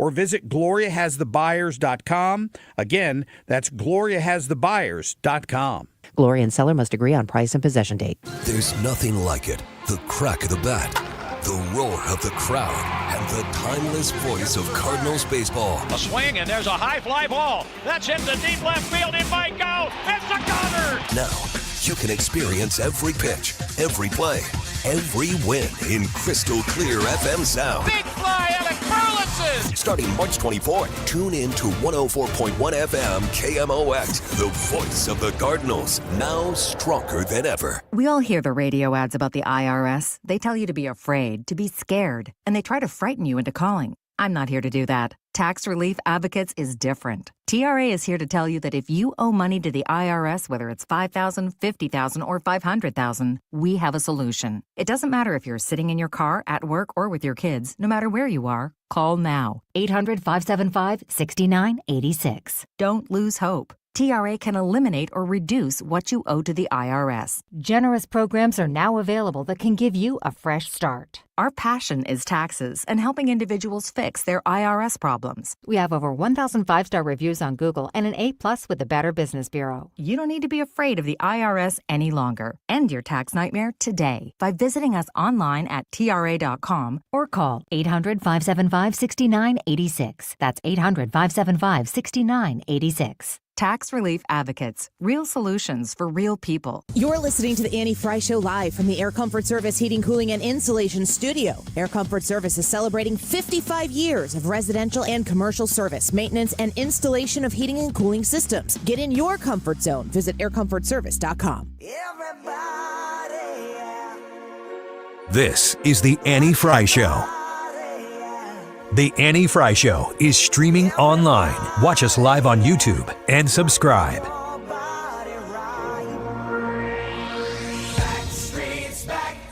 First up this morning, a brand new exclusive CNN poll that paints a brutal reality for Democrats as they struggle to mount a unified opposition to President Trump.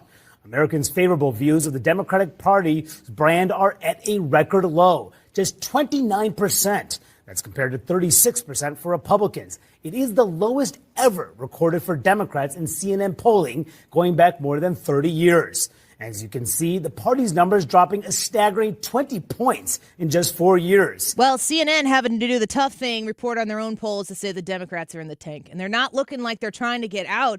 They're just kind of having a slap fight down there in the tank while they try to figure out how to combat Donald Trump. Because the old tricks don't seem to be working anymore.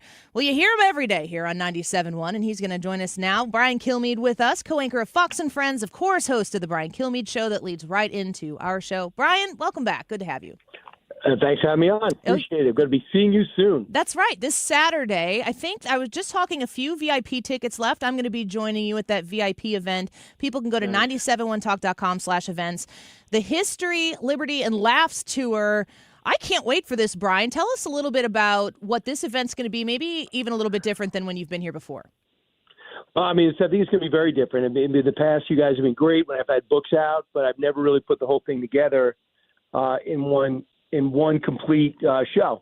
So gradually over the last 4 years, rather than wait for a book to come out, I thought, what if I could just hone a patriotic, historical, fun event into History, Liberty, and Laughs, where I go through America's timeline and kind of push back against 1619 Project. I talk about the war on history that we're looking at right now.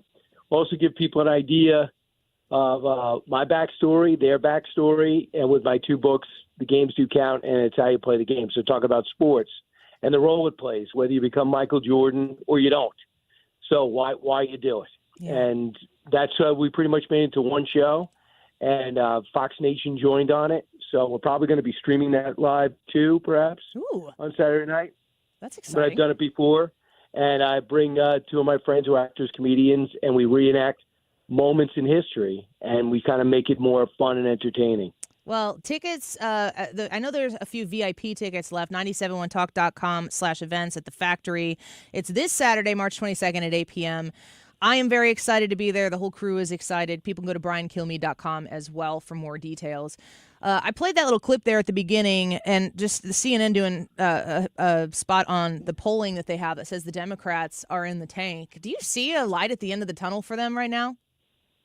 Oh, yeah. I mean, things can change, but they have to figure out why they should change and which they should change. Should they become more lefty? Should we go to bat for TDA, the prison gang that we put into El Salvador, or MS-13? Or do you want to go with Mahmoud Khalil, who's a Hamas sympathizer, Palestinian from Syria, who managed to get him into Columbia, where people I know with 105 averages can't get into an Ivy League school, but a guy from Syria hanging out working for a nonprofit in Britain gets into Columbia. That's interesting. And then when he does get into Columbia, he foments unrest. And at 31 years old, despite graduating, he lives on campus housing. and continues to negotiate insurrections where he takes buildings over and then deals with faculty. So Trump tossed him, and that's where the Democrats come in. They're going to go to bat for him. Just a wonderful human being who hates Jews and hates Israel.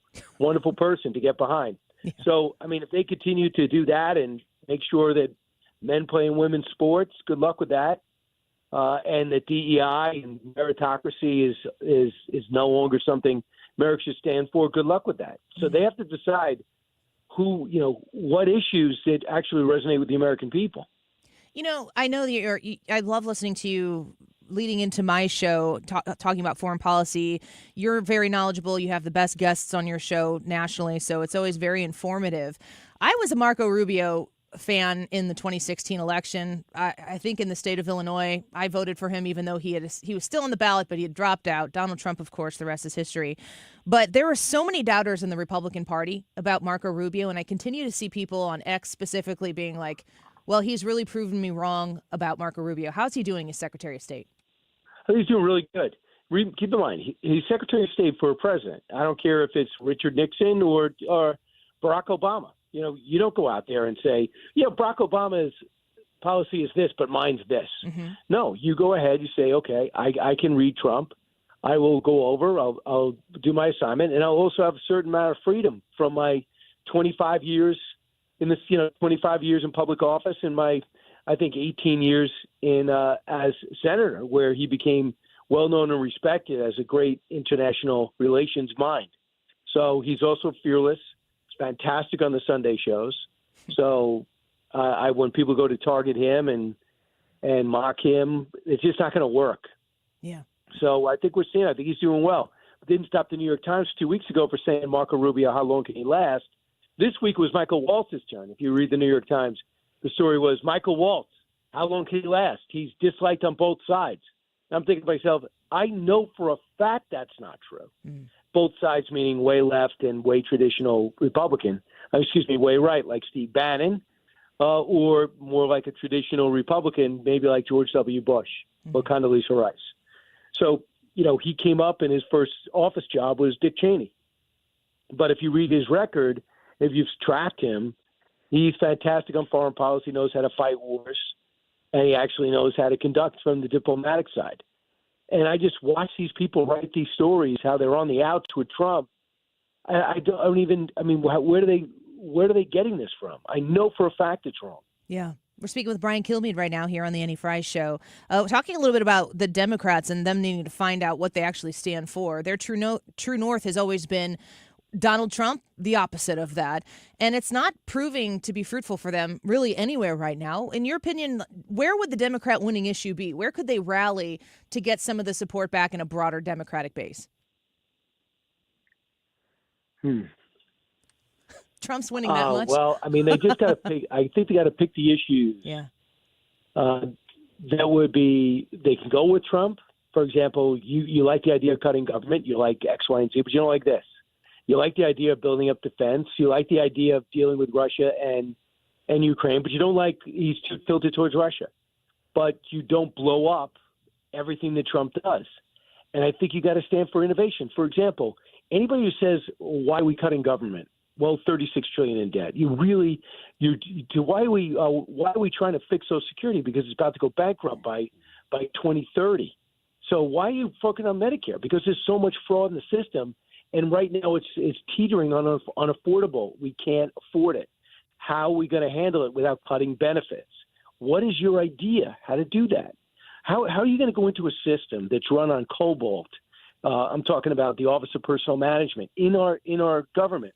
What is your idea for making it leaner? Because the status quo doesn't work. Pushing back on Elon Musk and saying you don't like Tesla is not a policy. So what is your way of getting the $36 trillion in debt? Bill Clinton did it with Newt Gingrich. Is Bill Clinton not available for you to call him? Is there nobody out there? Is there not a Treasury Secretary potential among the Democrats out there that will just look at a hard look at the numbers and come up with their own plan rather than saying that Elon Musk is a bad person? So that's just it. Come up, look at the issues are today. They're probably the same for both parties. And tell me how you'd solve them rather than how bad Donald Trump is, because it doesn't work. He got elected twice. and he hit more Republican votes than anybody else in history when he lost. So if you just want to keep saying how terrible he is, you're insulting the people that voted for him, and he's done in 3 years. Yeah, they're going to have to think of something outside of Trump bad to bring people back together. Gavin Newsom is crossing the aisle to bring the Charlie Kirks and I guess Steve Bannon's of the world over onto his podcast. Is this all because he's looking down the line to be the president of the United States? Yeah, no question. But please don't buy it. And I give him credit for doing this. Mm-hmm. If he wasn't in office, I'd go, wow, that's kind of interesting. He's trying to remake himself. But he actually could do all the things right now that would show that he's realizing his attack on homelessness, his approach with illegal immigration, his approach with trans men and women's sports, his approach with the budget. You know, all these things he could start implementing some moderate views as governor. And people could say, wait a second, you only changed to be president. Okay, have that debate. But you think you're going to do 3 podcasts and back open to Steve Bannon and Mike Savage, 2 of the most extreme people Republicans could possibly produce, a lot of Republicans don't agree with either one of them. So he listens. But the thing is, you're in office. So when people say, you know, he's making a lot of sense, I go, but what has he changed in terms of policy? You know what he did? Even though his state is buried in debt, I think he put $20 million to Trump-proof. He put it into a general budget in order to legally fight what Donald Trump is doing. So don't tell me you're open to changing and acting more moderate when your actions tell a different story. Your podcast is something different. I think he's making money off it. Not that he needs it. I hear he's rich. And also this book out right now talking about how he's bought and sold by China. So when he was mayor of San Francisco. And it's hard to imagine him not, judging by the way he rolled out the red carpet for the Chinese president 2 years ago. Yeah, the only thing that got him to clean up San Francisco at the time. Brian Kilmeade, thank you. We are excited for you to be here this weekend. Hopefully we don't have any of that wild weather that we had in the Midwest last weekend, and it's going to be great. VIP event, VIP tickets, a few remaining. Yeah, like you said, this is not going to be the same type of show that you've done here before. It's a whole different ball. All I could tell you is I had a meeting. We had a big meeting yesterday, and we have Mark Cox and Mark Reed and Reardon don't know it yet, but they're in it. Would you, Annie, would like to be in any of when we bring history to life? Would you like to be a part of it? Brian, I feel like I've been set up here. Yes. Because yes. Trisha came up to me and she said the word skit, and I felt all of the blood rush out of my face. I don't know if I'm made for this moment, Brian Kilmeade. I think you are, because we're not looking for great actors. Well, then I'm looking hearing for people that care about history and want to have fun. But I would just feel really bad if we did the whole show and you thought, Brian didn't ask. Okay. I am officially asking. You have to reject me. Oh, so just think about it. Talk to your people and tell me. I don't have people, Brian. You want to be in. I don't have. Brian, she's not a great actror. She's perfect for this. Thanks, Ryan. I appreciate that. No, there's nobody great. We're just having fun up there, and we're just doing it for the people who love you most. And the 1,700 will be there in the audience. Well, and they're going to say to you, Annie, why didn't you do anything? Because I was scared. That's why. I was terrified. I can talk about this He's stuff. such a pro. He's going to bring you along. Yeah, I just you can lean on him. If I end up in this thing, it's because Brian publicly put me on the spot, and I love the people who listen to the show who are going to go sell out those VIP tickets, and then we'll see how that goes. We're dangerous because we already sold more tickets than ever. Well, there you go. We're very close to a sellout. And I think until we sell out, if we sell out, I'll do the skit. We're very close. Oh my gosh. How could you possibly turn down an opportunity to be in front of your home listeners? Isn't there another That's way? a fact. No. No, there's not. All right, fine, Brian, I'll do it. Gosh dang it. I'll do it. All right. This is a lot. I'm telling the producers, we're ready. All right, Trisha, I'm going to kill you. Thank you, Brian, for coming on the air. We appreciate you. We'll talk to you soon. All right. See you this weekend. Bye. Bye-bye. The go get 'em. I love it. Did you do that? Don't take credit for it. I can't say. I'll just say that. I can't say. I wasn't even going to talk about that on the air. Trisha came up to me last week, and she's like, the producers are talking about this event. And she looked at me. She paused. I don't think for effect. I think just to help me get through the moment. She said, they're doing a skit. and they would like you to be a part of it. And I just looked at her like, are you asking me this question? You've known me the longest of anybody in this building. What I'm curious of... I'm not a skit person. Can I introduce the skit? Did Brian know that you were having hesitation? That's why he had to call you out? It sure sounds like it. Because when... Or had he just not heard? He's like, I got to ask her. Presented to me, I was told, Mark and Mark were like, yeah, sure, we'll do it.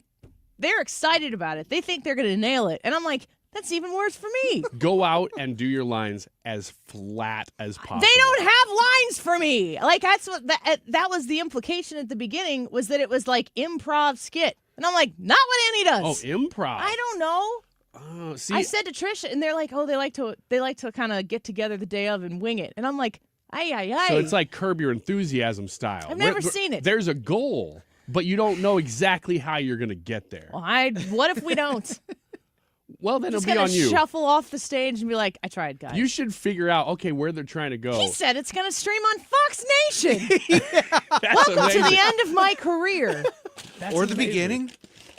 Yeah. Go great. You go viral. Do something terrible and go viral, and then we're all rich. I always see where you're going with this. It ends with, we are all rich. We're all rich. Yes. My reward is in heaven. That's where my riches are stored. For the skit? That was sabotage. Brian Kilmeade sabotaged me live on the air. Yeah, it's great. He knew what he was doing. Oh, he absolutely He knew. knew what he was doing. I just don't know whether he had heard you had hesitation or not. That's what I would like to know. Probably heard that Mark and Mark were excited to do it. And then Annie hadn't responded Don't yet. you have a female on that station? Nope. Rihanna. That's the problem, Wiggins. is that all the girl parts are going to go to you. You know what we should do? We should send you out as me in a wig. I'd probably do that. I know you would. I think it's brilliant. But yeah, as long as I'm playing you. I don't care. You'll play me better than I would play anything else. Acting. Booker T. Like talking about something. T. You're just going to start saying words that you think are relative to history? Uh-huh. The president and the freedom fighter. It seriously got 20 degrees hotter in here during that conversation. As soon as he went into that, I started feeling all types of flush in my face, temperature increase. It's so crazy. You're on the radio live for 3 hours a day. I talk to two people and for 3 hours every day. there's a skit coming up with other professionals. Yes. And you're like, oh my gosh, you genuinely are nervous about this. Yes. I know that you are. Which is why I politely declined. And now... Yeah, you really did. I did. You were like, how do I get out of this? I wasn't going to... Well, no. They asked if I wanted to do it. And I'm like, I don't think that's what I do. Well... And I don't ever do things publicly that I don't do well on purpose. Well, crap. Go get your VIP tickets. We'll be back, too.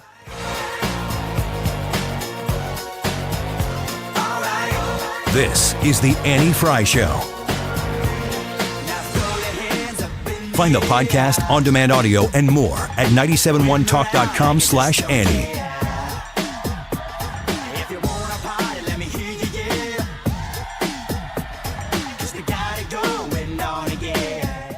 AirComfortService.com. If you are looking to ensure that you have the best HVAC system in your house and you know that you've got to do a replacement or an installation here coming up in this 2025 year, you need to know about, of course, what government does. They add regulations.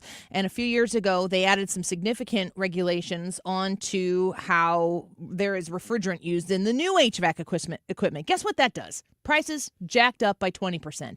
Air Comfort Service didn't want you to have to deal with that, so they stocked up on 2024 HVAC equipment, brand new, beautiful, well-functioned HVAC equipment that you can use, and then they can install it at the 2024 pricing levels. But this is only available until it's gone. If you have an HVAC replacement in your future, get in line fast. 314-513-0091, 314-513-0091, and tell them that you are interested in securing that 2024 pricing. They'll be happy to help you, and you'll make sure that you let them know that Annie Fry sent you. Find them online at aircomfortservice.com. Could you make $500,000 in retirement savings feel like $1 million? or $1 million feel like $2 million? The key is having a comprehensive financial plan for taxes, Social Security, inflation, healthcare, income, and more. Discover how you could make money go a lot further in retirement in a 3-hour adult education class, Retirement Planning 101. Guys, it's Dave Glover from KMOX. This one-night class is taught by a fiduciary advisor from Financial and Tax Architects with decades of financial planning experience. They're held at colleges and libraries throughout St. Louis. There's no cost. Just bring 3 canned goods for the St. Louis Crisis Nursery. If you've saved $300,000 or more for retirement, register by calling 314-350-8110. 314-350-8110. If, like me, you haven't quite had the pedal to the metal the way you should, or if you've had the pedal to the metal the entire time, either way, give us a call. We can help you out. We'll take you wherever you are. 314-350-8110. 314-350-8110 for Financial and Tax Architect. Hey guys, Glover here for my friends at Triton Exteriors. Hopefully you've heard me talk about Triton before, and you know that I'm good friends with their owner, Tim, that I love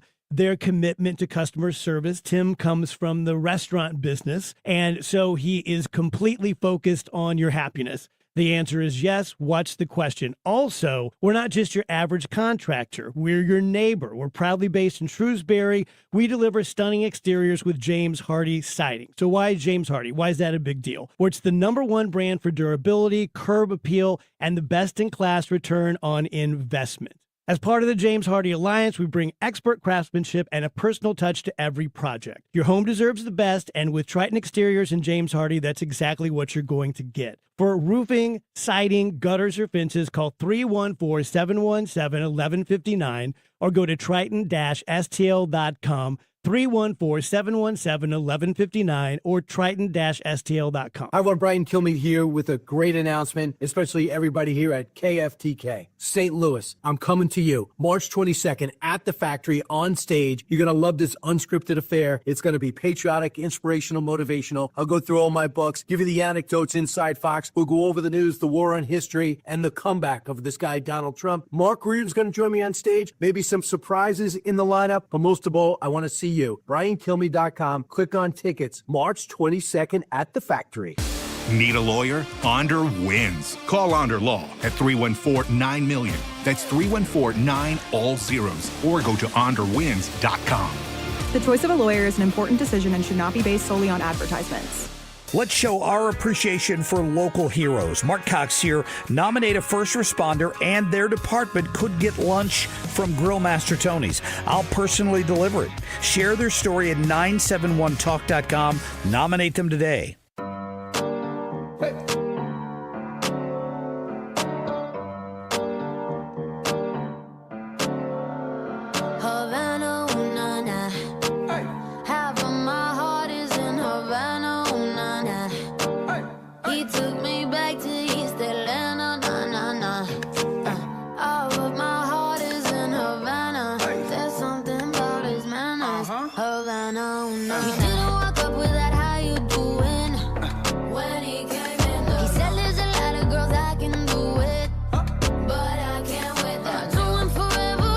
This is the Annie Fry Show. Follow Annie on X at Annie Fry Show.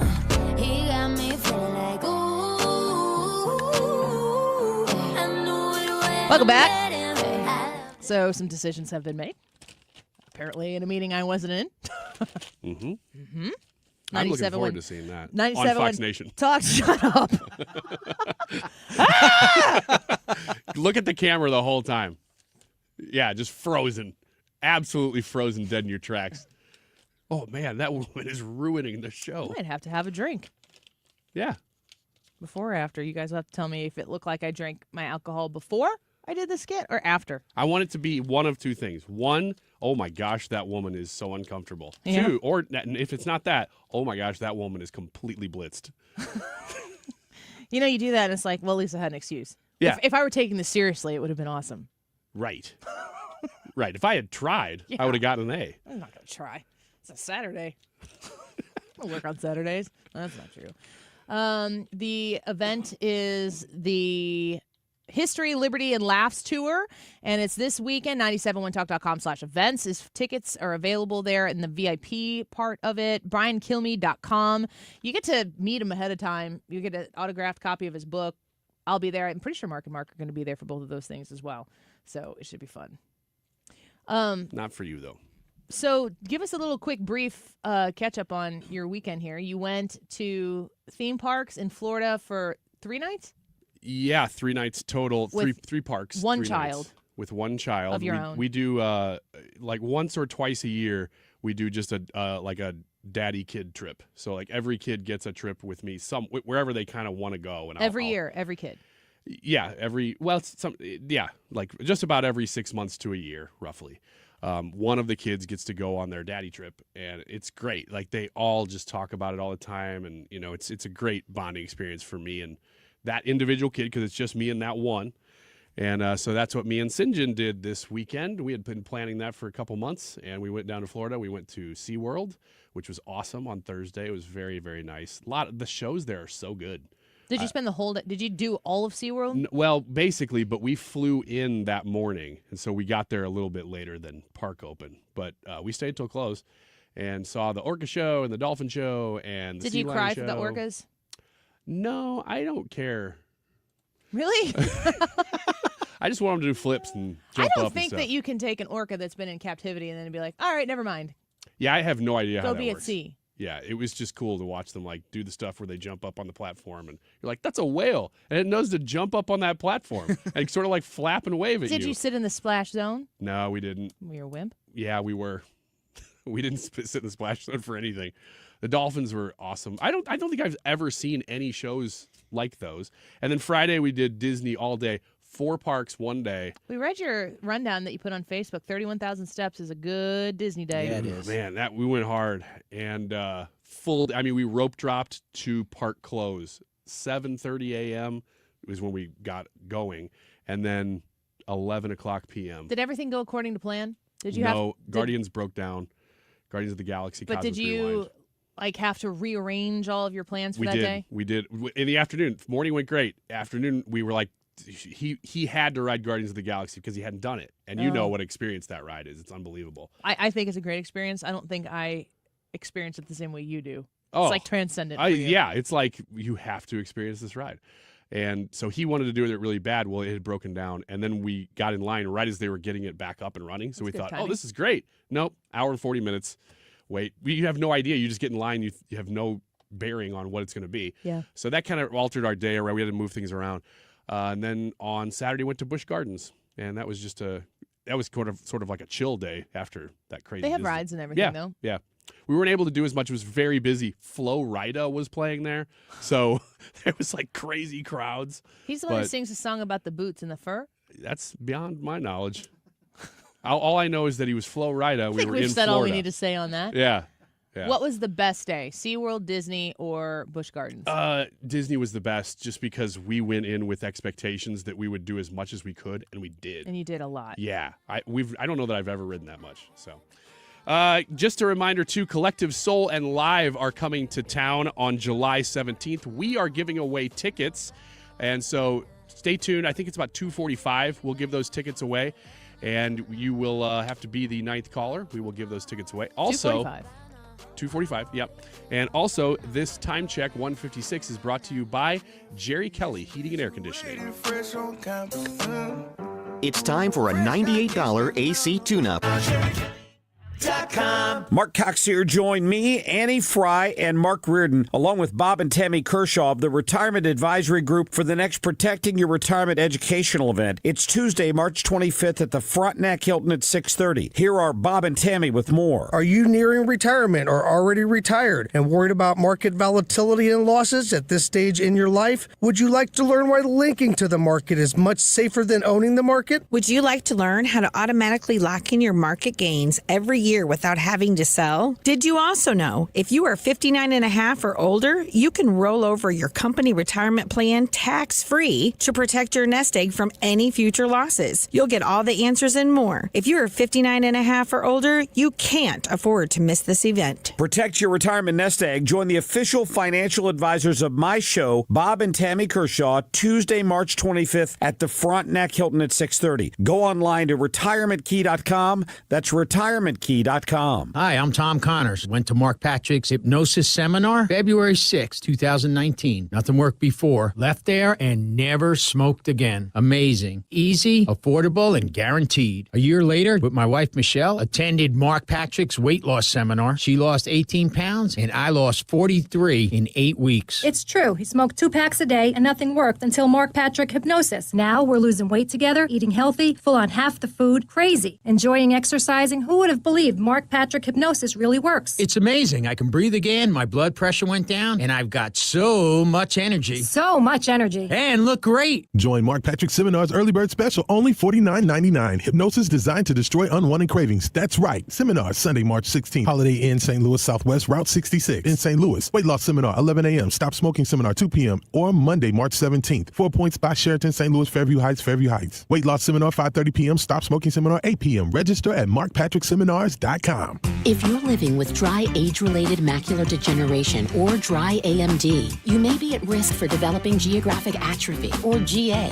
GA can be unpredictable and progress rapidly, leading to irreversible vision loss. Now there's something you can do to slow it down and get it going slower. Izervay is proven to slow GA progression. Izervay gets GA going slower. Izervay or avacincaptad pagel is a prescription eye injection used to treat GA. Don't take it if you have an infection or active swelling in or around your eye. Izervay can cause eye infection, retinal detachment, or increased risk of wet AMD. Izervay may temporarily increase eye pressure. Your vision may be impaired after an eye injection or exam. Don't delay. Ask your doctor about Izervay today. Izervay gets GA going slower.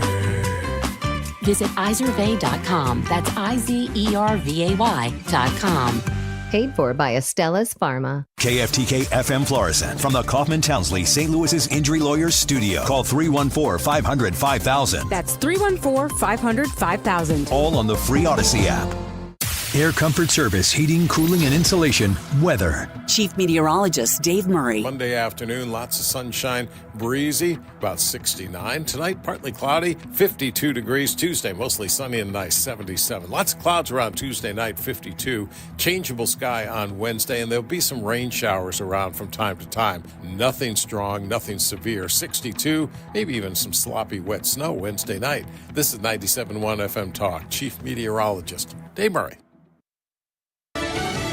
A court fight over deportations. I'm Lisa Brady, Fox News. With a hearing set for later today, the White House says it did not violate a federal judge's order not to send hundreds of suspected gang members to El Salvador over the weekend, including reputed members of Tren de Aragua, the Venezuelan gang linked to violent crimes in multiple U.S. states. And because of the effective immigration policies of this administration, those foreign terrorists were detained and they are no longer operating on American soil, and we have President Trump to thank for that. White House spokeswoman Caroline Leavitt says the flights were already in the air when a judge issued a written order to stop them. The White House also argues that a rarely used wartime act applies to the deportations because TDA is designated as a foreign terrorist organization in the U.S. The White House also defending President Trump's declaration that some of President Biden's pardons are null and void after they were signed using an auto pen. President Trump raising questions about whether President Biden really authorized the preemptive pardons for members of the House committee that investigated the Capitol riot.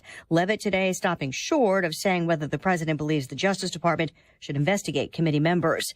10 states in the South and Midwest are picking up the pieces from deadly weekend storms. This storm system killed people in a variety of different ways, at least 80 different tornadoes. They were the most deadly, especially in Missouri, but they also spawned wildfires and dust storms. Those dust storms particularly deadly in Kansas and Texas, creating zero visibility, a lot of fatal car accidents, including one massive pile up there. Fox's Steve Harrigan in Winterboro, Alabama, where a high school was ripped apart. At one point, there was actually a bus on top of part of that high school, and it's really been volunteers, people from the community coming out to work, and a lot of students at this destroyed school who are now going in it, helping with the cleanup. Fox Weather reporting more than 40 deaths in multiple states.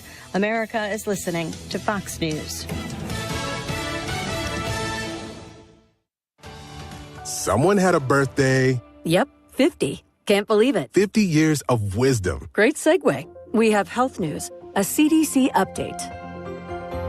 Pneumococcal vaccination is now recommended for adults 50 or older. Says here. We're over 6 times more likely to be hospitalized with pneumococcal pneumonia than adults under 50. I don't love those odds. Same. Look what I found. Pfizer's Prevnar 20 is proven to help protect adults against pneumococcal pneumonia and invasive pneumococcal disease in just 1 dose, and millions have already gotten it. Continued approval may depend on a supportive study. Don't get Prevnar 20 if you have a severe allergy to its ingredients. A weakened immune system may lower your response. Common side effects include injection site pain and swelling, fatigue, headache, muscle, and joint pain. For full prescribing information, please call 1-855-213-2138. Visit Prevnar20.com or talk to your doctor or pharmacist. I'm on Prevnar20.com now, scheduling my appointment. Good idea.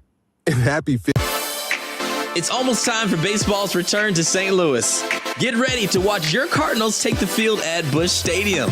From home runs and fireworks to historic plays and rising stars, there's no better way to catch Cardinals baseball than with thousands of friends, old and new, in the sea of red. Grab your tickets now to join the fun in Cardinals Nation. Visit Cardinals.com for tickets and info. St. Louis Cardinals for the Lou. There is no better way to enjoy America's favorite pastime than cheering on the Cardinals with your family at Busch Stadium. From the thrill of watching the game to the kid-friendly activities, food, and fun, the ballpark has it all. Make magical memories as you cheer together for every home run, double play, and Cards win. Your family's summer tradition starts here at Busch Stadium. Grab your tickets today at Cardinals.com. St. Louis Cardinals for the Lou. STS-Armory.com, shopping for firearms or wanting to get your conceal and carry classes taken care of. All of your needs are met at STS Armory in Pontoon Beach, Illinois. I want you to meet Katie and Jesse. I want you to know that you have friends, you have people, so to say, in the business in the state of Illinois who understand the laws. They know about the court cases that are taking place. They know what is good and what is not good right now. They're always advocating for you. They're always looking to help you. It's not just about selling you things. It's about being a resource of information, a well of help that they are in this Pontoon Beach location, brand new building that they've just established. You need to go see them, meet them, tell them Annie sent you, and understand why the Fry family shops at STS Armory. They are family-owned and operated. They are very good at what they do, incredibly knowledgeable, the very best in the business in Illinois. So for anything firearms, safety, protection related, go see the folks at STS Armory online at sts-armory.com. We, without hesitation, recommend that anybody work with ThrottleNet. The experience will be as good as it's been for us, for anybody, because you'll get a true partnership and you'll be able to rest easy that you're going to get the service that you need while they're also doing all those things that you don't want to have to think about, that you don't want to have to worry about. They're always doing that in the background for you. Don't wait for your next IT crisis. If your business depends on technology, you need a partner that's got your back. Contact ThrottleNet.com to get a free IT evaluation and see how we can support your IT everything. It's Power Torque Tools DIY days at O'Reilly Auto Parts. Save $20 on a Power Torque 248-piece mechanics tool set. Power Torque professional hand tools have a lifetime guarantee, available only at O'Reilly Auto Parts. Brian Kilmeade here, and I'll be there on Saturday, March 22nd. Jot that down, at the factory in Chesterfield, in this engaging motivational journey through America's past. Tickets available at 971talk.com/events. Sponsored by Bob and Tammy Kershaw of the Retirement Advisory Group. That is exactly what I needed to hear. Thank God someone here knows what they're talking about. That's us. That's right. Gotta love this American ride. All right, you need to take the time and get the full picture.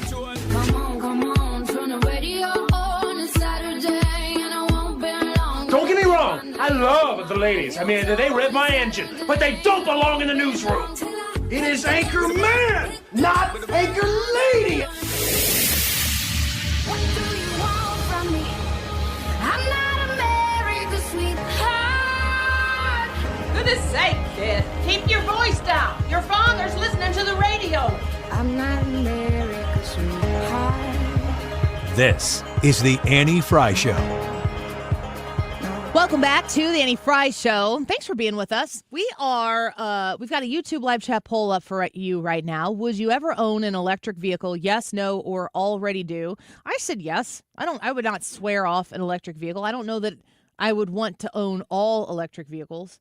I almost want to own an electric vehicle and then something from like the 70s pre anything computers and cars, but that's a different story. What do you think? Would you like to own an electric vehicle? Do you know, I'm never going to do that? Or maybe, I'll be curious to see at the end of the show what percentage of you all already own or have owned an electric vehicle. So if you go to the Annie Fry YouTube channel, you can vote the live broadcast every day. We're broadcasting on here, so you can watch the show. You can go back and watch the show if you missed it. And in the live chat portion of the live broadcast is where we put that poll. YouTube, I don't know what we did last week. We tripped into some hole, and YouTube was like, we're going to set you aside for a second. But it seems like it's coming back a little bit. We are 402 subscribers away from 12,000. So we're getting pretty close.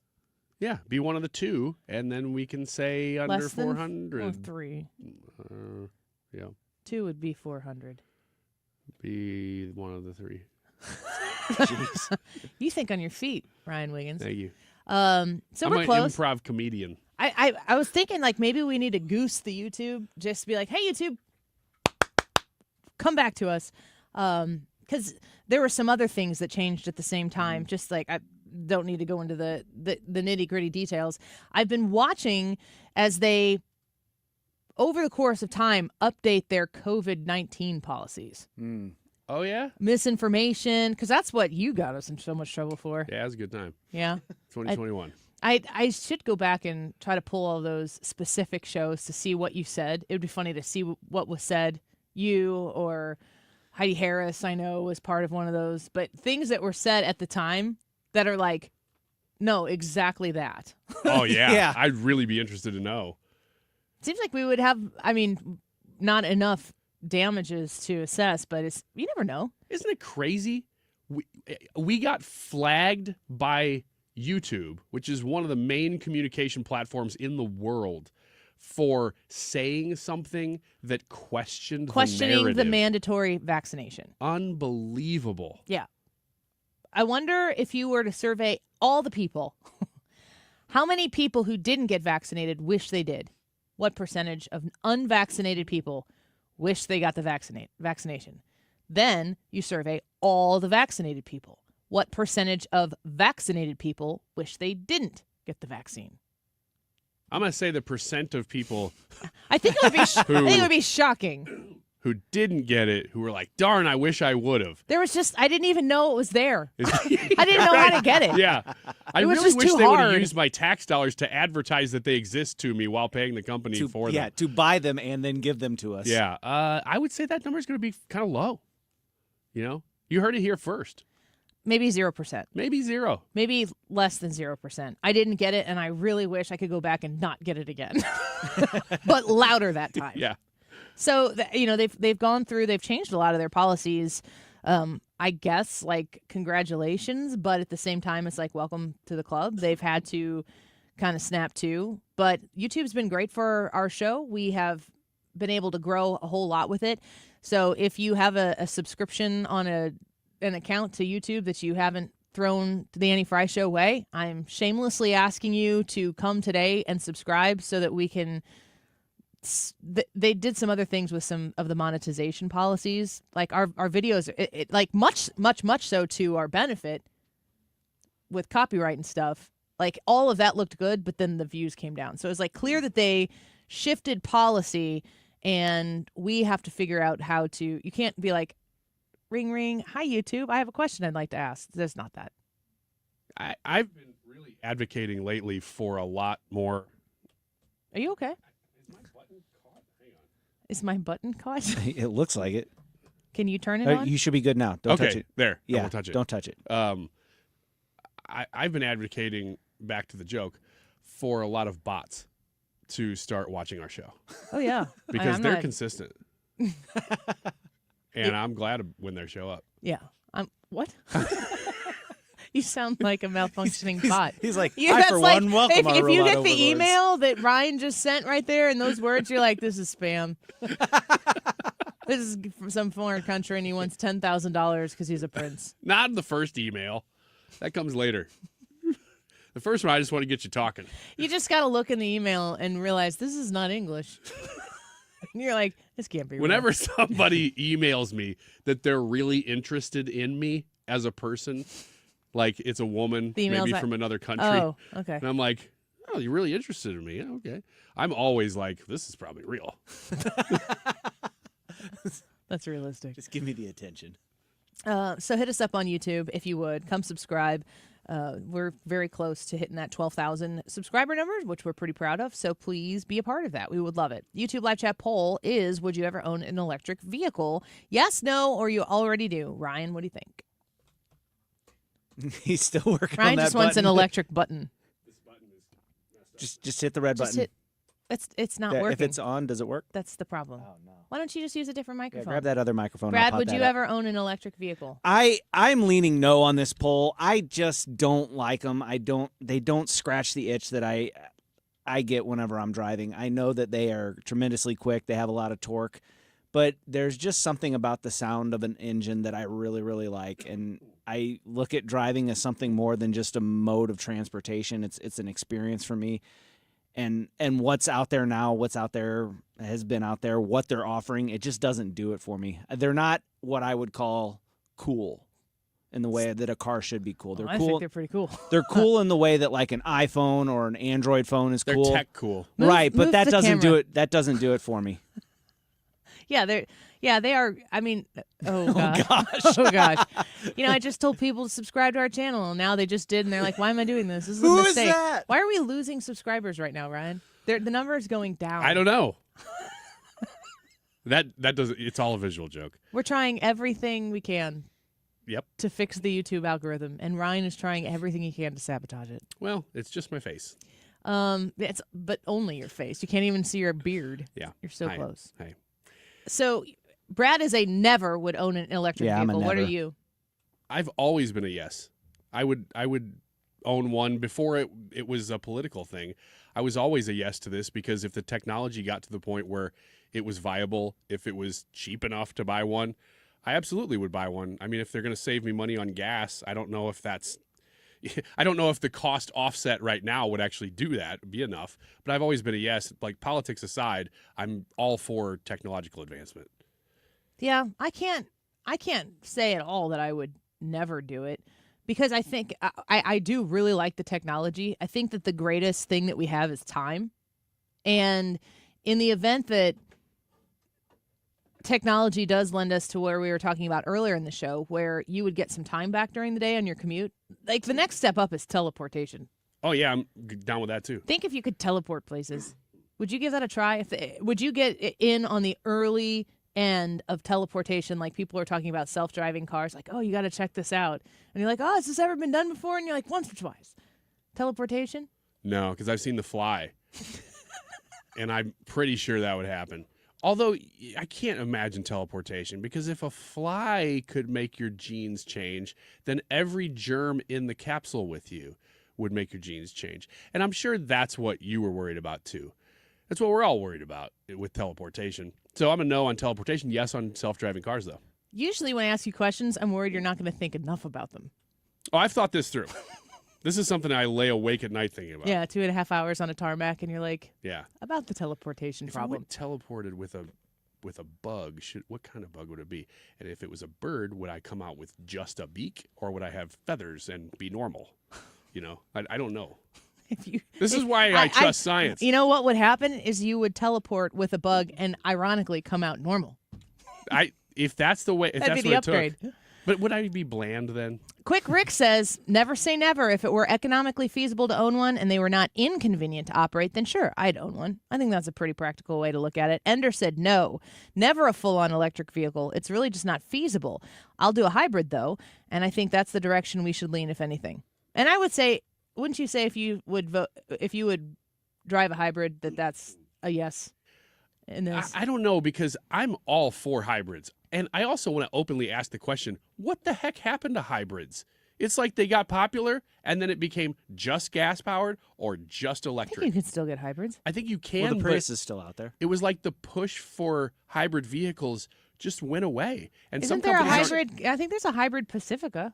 Yeah, I hope that's true. Well, because there's hybrid Jeeps, there's hybrid F-150s. Yeah, I don't think you know what you're talking about. No, then I don't. Should we go back to the teleportation bug thing? No. I think we've talked about that plenty. No, this is news to me that they are Yeah. still making new hybrid Yeah, and vehicles. they're making them better than what they ever have been. I'm glad to hear that. I would not put that in the same category though, to answer your question, because that to me that's still gas powered. Purple Lambo said, I said no, but would definitely take one that flew. You gotta think big. I would too, but you're talking a lot of money. You know, Maybe not. Maybe not then. Oh, by the time it's People said that about the car initially. Randy said, no, I would not own an electric vehicle, but I have no problem with people owning them. By choice, it's never been about the environment. It's always been about control. Do you think that the electric vehicle pursuit is about the environment? At one point, there was a contingency of people, consumers, who would have said yes. That's why they were buying it. I would think that some of those people still exist, but if it's become pure politics, I just don't know what. I don't want to speak for all of them because there might be some that are just not as loud, that aren't going around keying people's Teslas. I think that there are a lot of people out there that think that owning an EV is very good for the environment. But we're kind of in a weird spot with electric vehicles where we haven't really found a way to manufacture them that's super environmentally friendly, and that has to do with the battery technology. And then whenever they get to the end of their life, it's really hard to recycle the materials that they're made out of. So then there's that side of it. It's like, what do we do with the car after it's no longer usable? And, like I said, we're just in a weird spot. They'll develop that technology as they go, but... Philip on X, you can always post at us at Annie Fry Show. Philip said, I would like one for the wow factor, but it's lost its luster for me when the federal government got so involved in trying to enforce them. Dan on X said, only if I never traveled. It's like, I'd like that car if I didn't have to go anywhere in it. Faybrook said, I live way out in the country. Wouldn't be practical. And Why Bother said, yes. Okay. Thanks for weighing in. And Grandpa Dave on X said, no electric vehicles for me. I like that guy's name is Why Bother? Yeah. And then his answer I don't is, care. Yes. Jeez, why don't you leave me alone? Sorry. Who asked me? Thank you for following us on X at Annie Fry Show. Keep the votes coming in. We'll get you those results at 2:55 or so, which will probably be about 10 minutes after we give away tickets to Live and Collective Soul. Collective Soul. Those are some throwbacks to the youth. There's a lot of both of those bands have several good songs. I think we were asked if we wanted to give away these tickets, and I think the people who asked us were like, I don't know if these were big.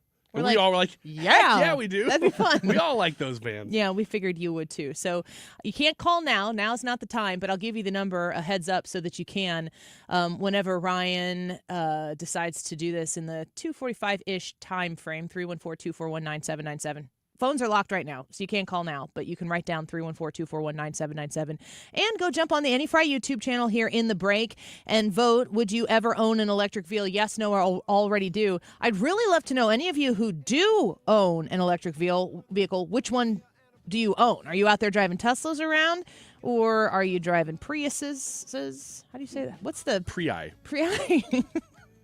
Or those. Let us know. It's a murder of Priuses. Okay, we're going to take a quick break. Ryan's going to sit down. We're going to fan him a little bit and see if we can unplug and plug it back in and see if it works. And in the next segment, don't go away. I ain't got much to lose, 'cause I've seen better days. This is the Annie Fry Show. Follow Annie on X at Annie Fry Show.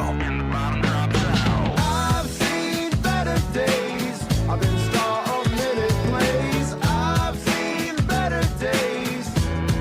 And the bottom drops out. IGotFloored.com. You're shopping for flooring. Make sure that you swing by their website, and then you can visit them at one of their 3 locations across the St. Louis area. 30-plus years of family-owned and operated floor sales. These people are the experts in flooring. If you've got a flooring problem, they have a flooring solution, and it starts at IGotFloored.com. You can straight up request an estimate at IGotFloored.com. You can also set up an appointment so they can come to you at your home and help you make the right flooring decision for your home or for your place of business as well. They do residential, they do commercial. People brag about how great it is to work with them when you have that fresh, sleek new flooring in your home. It brings everyone everything to new life. If you've put that Mohawk Smart Strand carpet in your house, it makes it so cozy. The smell is so fresh and new. You just need to visit Michael's Flooring Outlet to get the process started with the people who care about quality, value, and customer service. Start it online at igotfloor.com. Hey, Jimmy Fallon here with a quick listening tip for you. If you miss Fox Across America or any of your other Fox News favorites, do not worry. I got you covered. You can stream previously aired shows with Rewind, available exclusively on the free Odyssey app. So if you're busy work days, it doesn't mean you have to miss out on the news. Listen to your Fox shows on your time with Odyssey. To get started, just download the free Odyssey app and search for Fox News Radio. That's Odyssey, Audacy. I'm spelling it out in case you're a little slow like me. Tomorrow, some of us will wake up and it will be our last day on this earth. It will be unexpected and without warning. Each year, 250,000 people will die from medical malpractice, the third leading cause of death in America. 43,000 will die in a car or truck crash. 6,000 will die working on the job. I'm John Morgan of Morgan & Morgan, and we represent many of these families. It's awful. Unfortunately, many times some of these family members are not speaking and never get to say, I'm sorry or goodbye. If you're at odds with a loved one, listen closely. Pick up the phone. Call them. Say you're sorry. I promise a huge burden will be lifted from your heart and your soul will be renewed. Even if you're not wrong in your own mind, it doesn't matter. Death is bad enough. Death without closure and love will follow you the rest of your days. Trust me on this. Morgan & Morgan. Injured? Dial #law or visit forthepeople.com for an office near you. Hey guys, it's Mark Reardon. If you're struggling with low energy, performance issues, or weight gain, Game Day Men's Health has got you covered with testosterone therapy, ED treatments, and more in all of a relaxed man cave environment. At Game Day, you'll get a free testosterone test and consultation, all in just 1 hour. Game Day is the premier men's health clinic with locations in Chesterfield, O'Fallon, Missouri, and Glen Carbon, Illinois.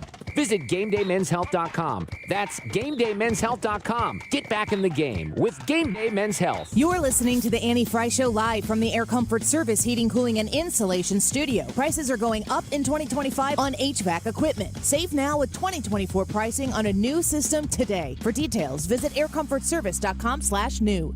For details and a list of all station contest rules, visit www.971talk.com/rules. The minds and voices that shape America are talking here. This is Brian Kilmeade. This is Griff Jenkins from Fox News. This is Jimmy Fallon. Stream it on the Odyssey app. 97.1 FM Talk. 97.1 on the Odyssey app on your phone.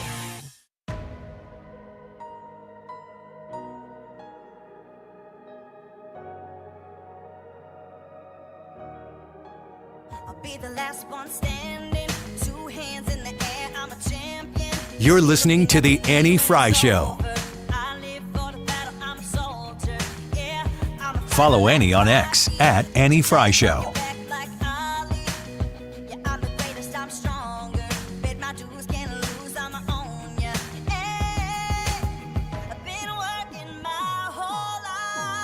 So welcome back. Here's a story on Fox News. I don't know if you guys saw this or not, but this is kind of off the beaten path from what we would normally talk about. Fox News reported this by Greg Norman. Peruvian fisherman found alive after how many days at sea? Have you heard the story? No, I don't know. How many days at sea do you think you could handle just adrift? I think he was in his boat. How long? Like, at what point are you like, wow, that's a long time to be able to survive? How long could I survive? Maybe 2-3 days. If it was a fully stocked ship and I was just drifting, maybe a few weeks. What about you, Depending Brad? on weather, I don't know. How long could I survive? I don't know, maybe a week. Peruvian fisherman found alive after 95 days at sea. Wow. Reveals how he survived. So he was adrift in the Pacific Ocean and said he ate roaches, birds, and sea turtles to survive. How did he have roaches? Must have been a bigger boat. You can clean the place. Yeah. Maximo Napa was heavily dehydrated and in critical condition when he was discovered by an Ecuadorian fishing patrol about 680 miles off the coast of Peru last Wednesday. He originally departed Marcona, a town in Peru's southern coast, for a fishing trip on December 7th. Wow. That's insane. He told Reuters, I did not want to die. I ate roaches, birds, and the last thing I ate was turtles. I thought about my mother every day. I'm thankful to God for giving me a second chance. So it says Napa initially packed enough food to spend 2 weeks at sea, but 10 days in, he was thrown off course by stormy weather and ended up adrift in the Pacific. I can't think of anything more scary than that. I think being at the bottom of the ocean would be scarier. You wouldn't be thinking about it. Yeah. You'd be, If you're you'd trapped be in a- fish food.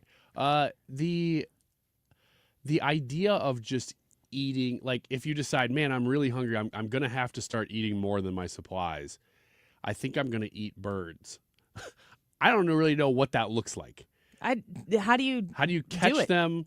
And I guess you could figure out how to cook them depending on what you had on the I ship. don't know that you're cooking them. Yeah. You're just eating them? No, you got to cook it, though. You can't eat just a raw bird. You can't set a fire on your ship. Well, again, depending on the type of ship it is. Maybe you actually have a little kitchen in there. Some of them do. Let's see. The news agency added that Napa drank rainwater he collected on his boat. Eventually, he ran out of food sources and spent the last 15 days without eating anything. Wow. Reportedly kept his hopes up by thinking about his family and infant granddaughter. Quote, I told the Lord, whether he's alive or dead, just bring him back to me, even if it's just to see him, his mother told TV Peru. But my daughters never lost faith. They kept telling me, Mom, he'll come back. He'll come back. Napa reunited with his brother in Paita, a city in northern Peru, and is expected to undergo medical checks. Yeah, I would think so. From all that raw bird. Yeah. What if that's the only problem? You're like, yeah, you've done pretty well, but you have bird flu. It does seem like your bird eating was really bad for your overall health. You'd need sustenance. You'd need something. I mean, just because we can't imagine what it would be like to eat a raw bird. Now, turtles I would like to experiment with. Because a turtle, you could kill it and then cook it in its own bowl, because it comes with a bowl. And I wouldn't mind trying that. That's its home. Well, once it's dead, squatters' rights. You just kind of rip the bottom off and start cooking. One man's home's another man's bowl. Exactly. Turtle soup. Have you ever had turtle soup? No. No? What? Have you ever had turtle soup? I've never had turtle soup. It's fantastic. But I have had snapping turtle. Just not soup. Yeah, it was deep fried. Oh, okay. What would you do for that amount of time? Pray. The I whole would time? be praying constantly. I was praying yesterday trying to get home from a flight from Florida. We were just stuck because of weather. Other than that, I mean, I'm sure I would probably have some forms of entertainment, but you'd burn through that fast. And plus, you'd be thinking about survival. I'd be so worried to fall asleep and miss an opportunity to be saved. But after, a month, you're thinking, what else do I need to do? At some point you go, I've done everything I've known to do. I can't. I would be more inclined to start a fire for a smoke signal than to, roast a bluebird. What kind of birds do you get on? I mean, if you're getting birds. That's just a blue jay. Just comes, sits on your shoulder and But sings. if you're seeing birds, you got to be close to land somewhere, right? That's what you'd think. I mean, all I know is the story of Noah. So that's how he found out. That's how he knew. Gosh, that's a good question. I don't know. And again, I would ask, this seems kind of silly, but how are there enough roaches on your boat to eat them to survive for 3 months? I think it's probably just there were roaches and he ate them. That's a lot I don't of know roaches. that he kept roaches just in case. What are those for? That's Yeah, I'm not going to get rid of those guys. worst case just in scenario case. right there. Would you ever get back on a boat in the ocean again? Like you get rescued after 90 days adrift, eating roaches and birds and everything that goes along with it, drinking the rainwater that you can salvage off of your boat. Would you ever get back on a boat that was going in the ocean? I won't even get back on a plane. And I was only on the tarmac for 2 hours. That's not true. If we got passes to Epic Universe for this weekend, you'd be on a plane right now. Oh, that's technically true. Yeah. Yeah. That's different. I may be looking at a summer vacation that involves a plane, so I You're may be hyperbolizing a bit. You're not getting on a plane. I'm not getting on a boat again. You also weren't really that distressed. I was distressed. No, you weren't. I didn't have any entertainment. If you want the sympathy of the flying community right now, when planes are running into each other on the runways and setting a fire and doors are flying off, your 90-minute hesitation on the tarmac isn't like people aren't like, oh, did you hear about Ryan Wiggins? No. Yeah, I know we're hanging upside down from the seat belts in our plane, but Oh yeah, that one too. Wigginsing has become a term virally online like for man- having to wait man for flu. your flight to leave. Because the last time I took a flight was also with my same son. It was a soccer tournament in Now November. he may never fly again. And we had to wait 7 hours past our time for that one. But in the airport. It was back and forth. So we got on the plane, we got off the plane. I think we started to get on again, and they said, no, everybody sit back down. Jeez, that stupid airline. They gave us a meal voucher. Thanks. You're Thanks not for the even- meal voucher. Do you get to use that in the airport or something? Yeah, in the airport. And it was a small airport with like one restaurant. Which airport was that? This was VPS. It was in Destin, Florida. Not yesterday. No. Or Yesterday was MCO. It was a Yeah. big, huge airport, MCO. But it's just like, how many times this has to happen? But that yesterday, I completely understood. There was a line of storms that was enormous. And it's a domino effect. Planes coming, planes going, connecting flights. It's frustrating when you're sitting there and it's like bright blue sky, sunny, and you can't get out, and you're like, just go. But Yeah. you can't. It's just not that simple. When you're in the middle of it, though, you are like, this is the worst. I hate this. And you're so mad. And all you want is somebody to go, yes, we understand. And the airline will never do it, no matter which airline it is. They're going to keep your money no matter what, even if they screw it up royally. The whole travel thing, I was a very anxious flyer initially, and I've done it enough now and become I do it, and then I go to this destination, and you're there in a few hours, and I'm like, this is the best. Yeah, right? This is so When great. it goes well. So I've learned to overcome some of that anxiety, but all the anxiety was for me was letting go of control. When you walk onto that plane, you have no control over anything. And like if you're a what's the worst that could happen person? That's what I am. It's like that's pretty bad. Like the worst that could happen would be pretty awful. So turning over that control, but it's actually I think been really good for me because I've learned to just completely surrender that and understand that I can't. The anxiety, the stress for me comes in like wanting to find the one crevice that I can get into so that I can gain some control and try to affect the outcome. I know that when it comes to air travel, there's zero, zip, zilch, none. And the sooner that you embrace that and you just go with the flow, like it is what it is. You can't they're not doing this to you. This is not personal. They don't prefer it. They don't want this either. So letting go, it's kind of like a shock therapy thing for me in my type A want to move the ball down the field constantly for whatever the situation is. It's been very helpful for me to just be like, well, we'll just do what we have to do. We'll figure it out like everybody else. This is kind of weird coming from a small government conservative, but one of the things that if we had a responsible government, which we do not, they have way overspent for decades and decades. But if we did, I would love to see them take on a project like high-speed rail. I think that is actual infrastructure that would benefit the country, whether it be a private thing that the government was kind of involved in, because, planes are private. That's they're privately owned. But I would love to see better travel infrastructure across the United States. I mean, we're okay. We have great interstate systems and things. But if Trump is able to, reduce the debt down to zero from 36 trillion, might want to give him a call about that. I want to see some high-speed rail. Where would the priority be to connect?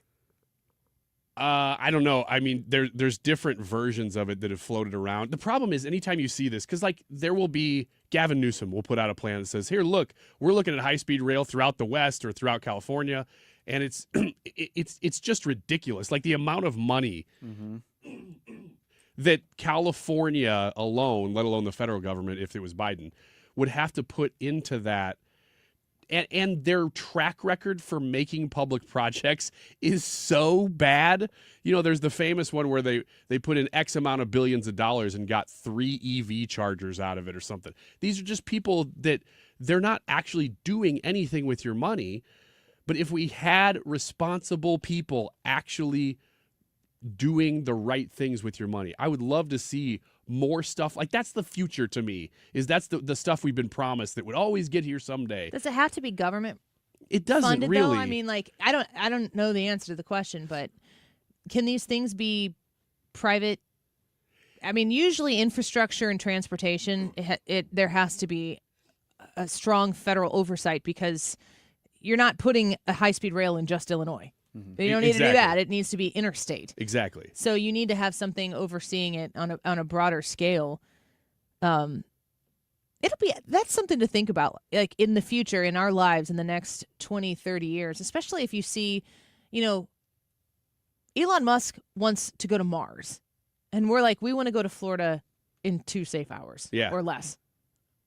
There has to be, when you're thinking on the scale of Mars, there has to be some collateral benefit that is implemented in an earthly way that improves the systems that we have right now. I think about Elon Musk. He's using his tech brain, his understanding of programs and systems to find waste and fraud and abuse.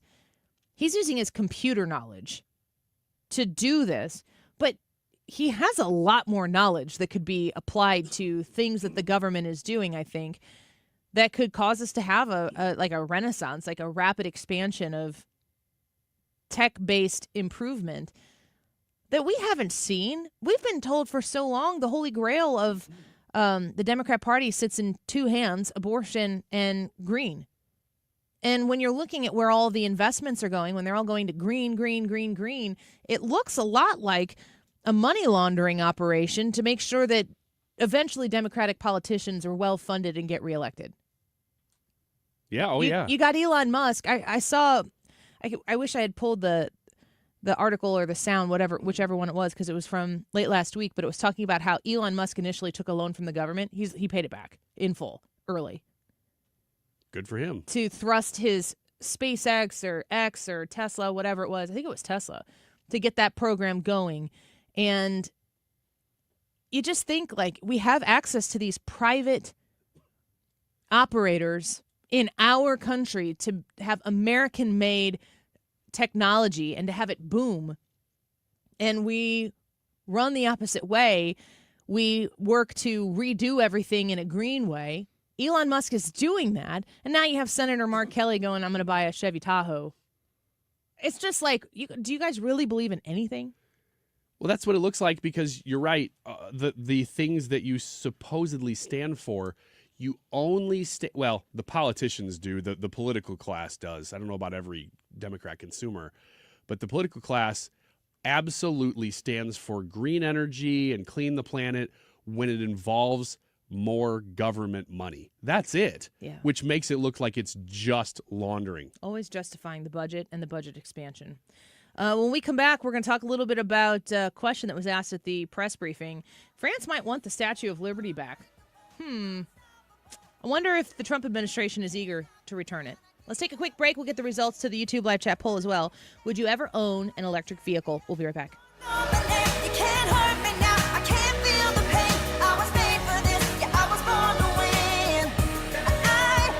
This is the Annie Fry Show.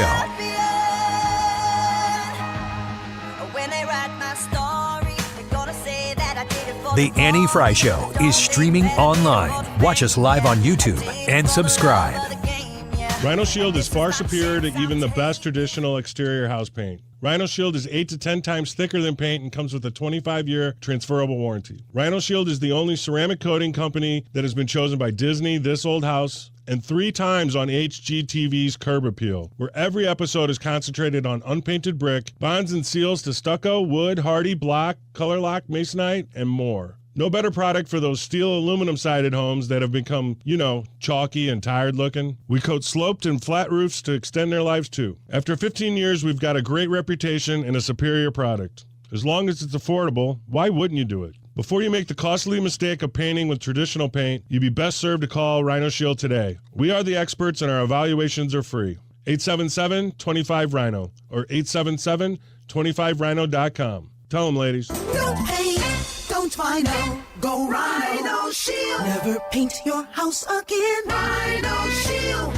Hey, it's Mark Reardon. You want the best for your parents, but making the right senior living choice can feel overwhelming. Let me make it easier. New Perspective in Weldon Spring is where older adults can thrive, not just reside. At New Perspective, your loved one will enjoy chef-prepared meals, engaged activities, state-of-the-art technology, and a welcoming community that feels like home. You'll have peace of mind knowing that they have care available when they need it. Visit npseniorliving.com to schedule a tour today. New Perspective, where every day is a chance to live life on purpose. Join Mark Patrick Seminars Lose the Weight and Stop Smoking. Early bird specials $49.99. Seminar Sunday, March 16th. Holiday Inn, St. Louis Southwest, Route 66. St. Louis. Weight loss 11 a.m. Stop Smoking Seminar 2 p.m. Or Monday, March 17th, 4 Point Sheraton, St. Louis. Fairview Heights.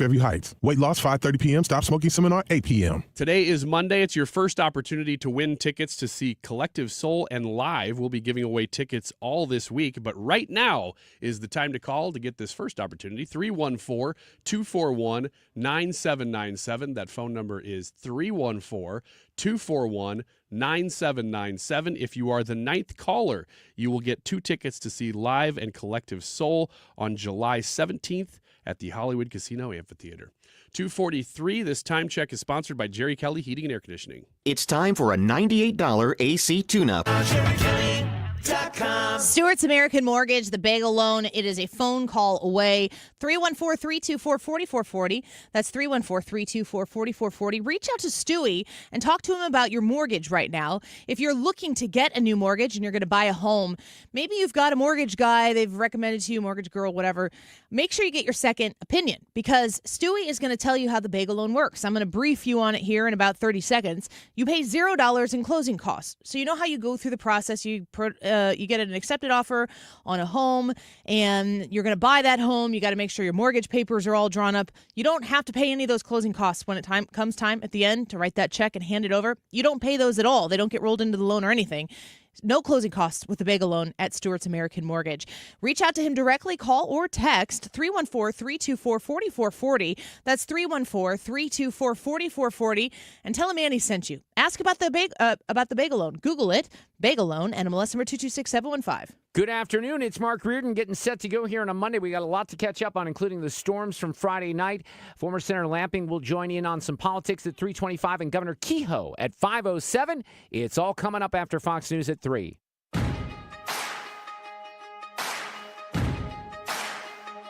Why you ever chose me has always been a mystery. All my life I've been told I belong at the end of the line. This is the Annie Fry Show. Interact with Annie on Facebook. The Annie Fry Show. But it turns out they're the ones you were looking for all this time. 'Cause I'm just a nobody trying to tell everybody all about somebody who saved my soul. Ever since you rescued me, you gave my heart a song to sing. I'm living for the world to see. Nobody but Jesus.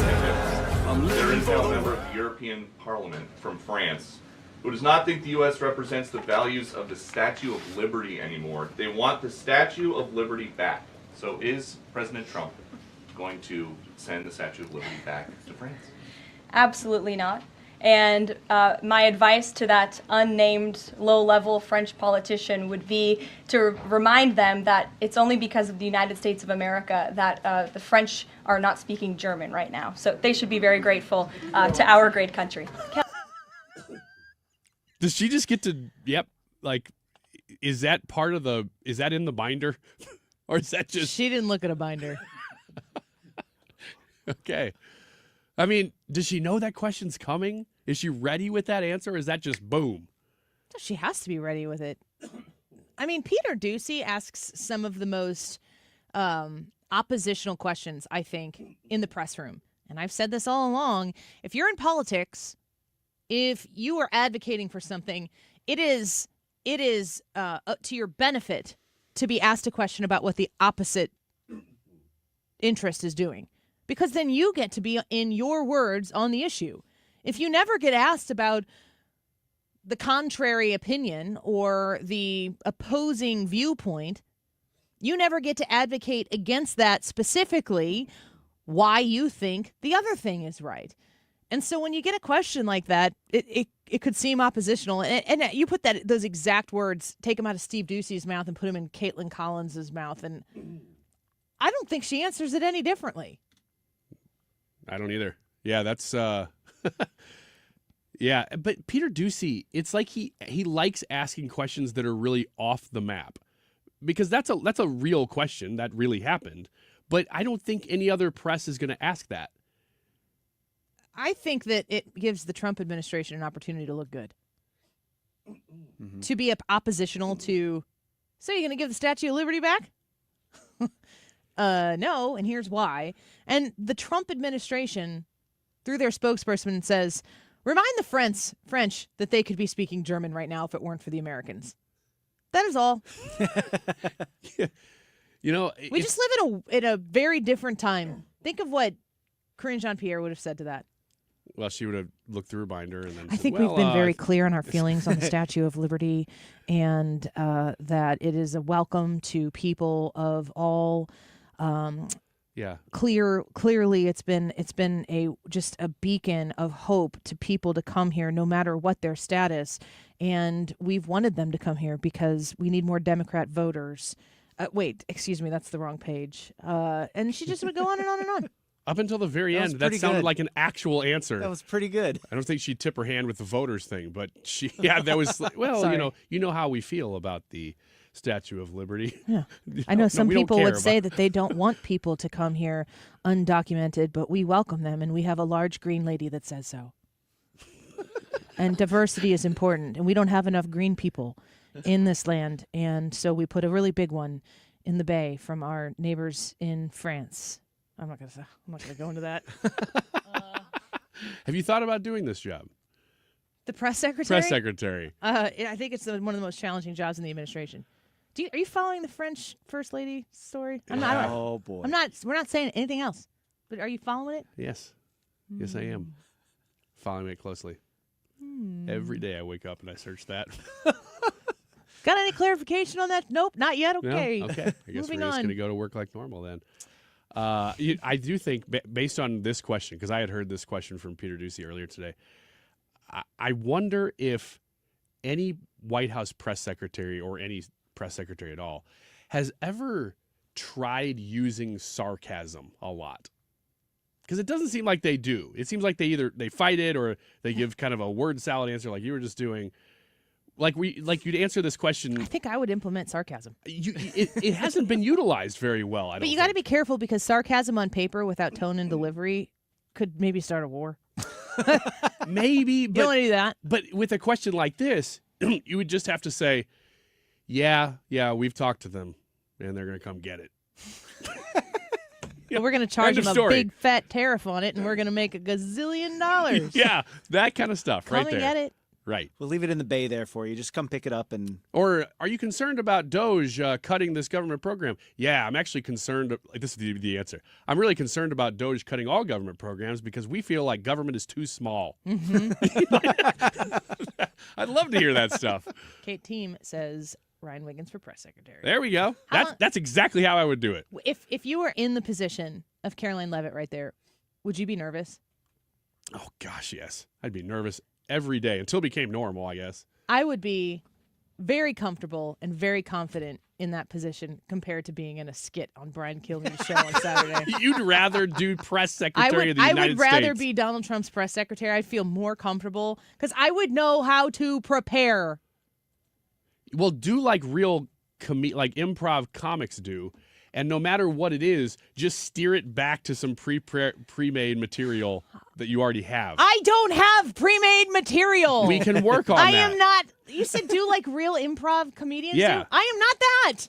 Annie. Really bad improv Annie, let's not forget that you have arguably the most talented, on-the-spot, just throw whatever is on his mind. Ethan wants something. Talent piece in St. Louis conservative radio on Olive Street. Don't get so specific. Okay, all right, I'll take back the Olive Street part. Ryan Wiggins is right here to walk through this with you.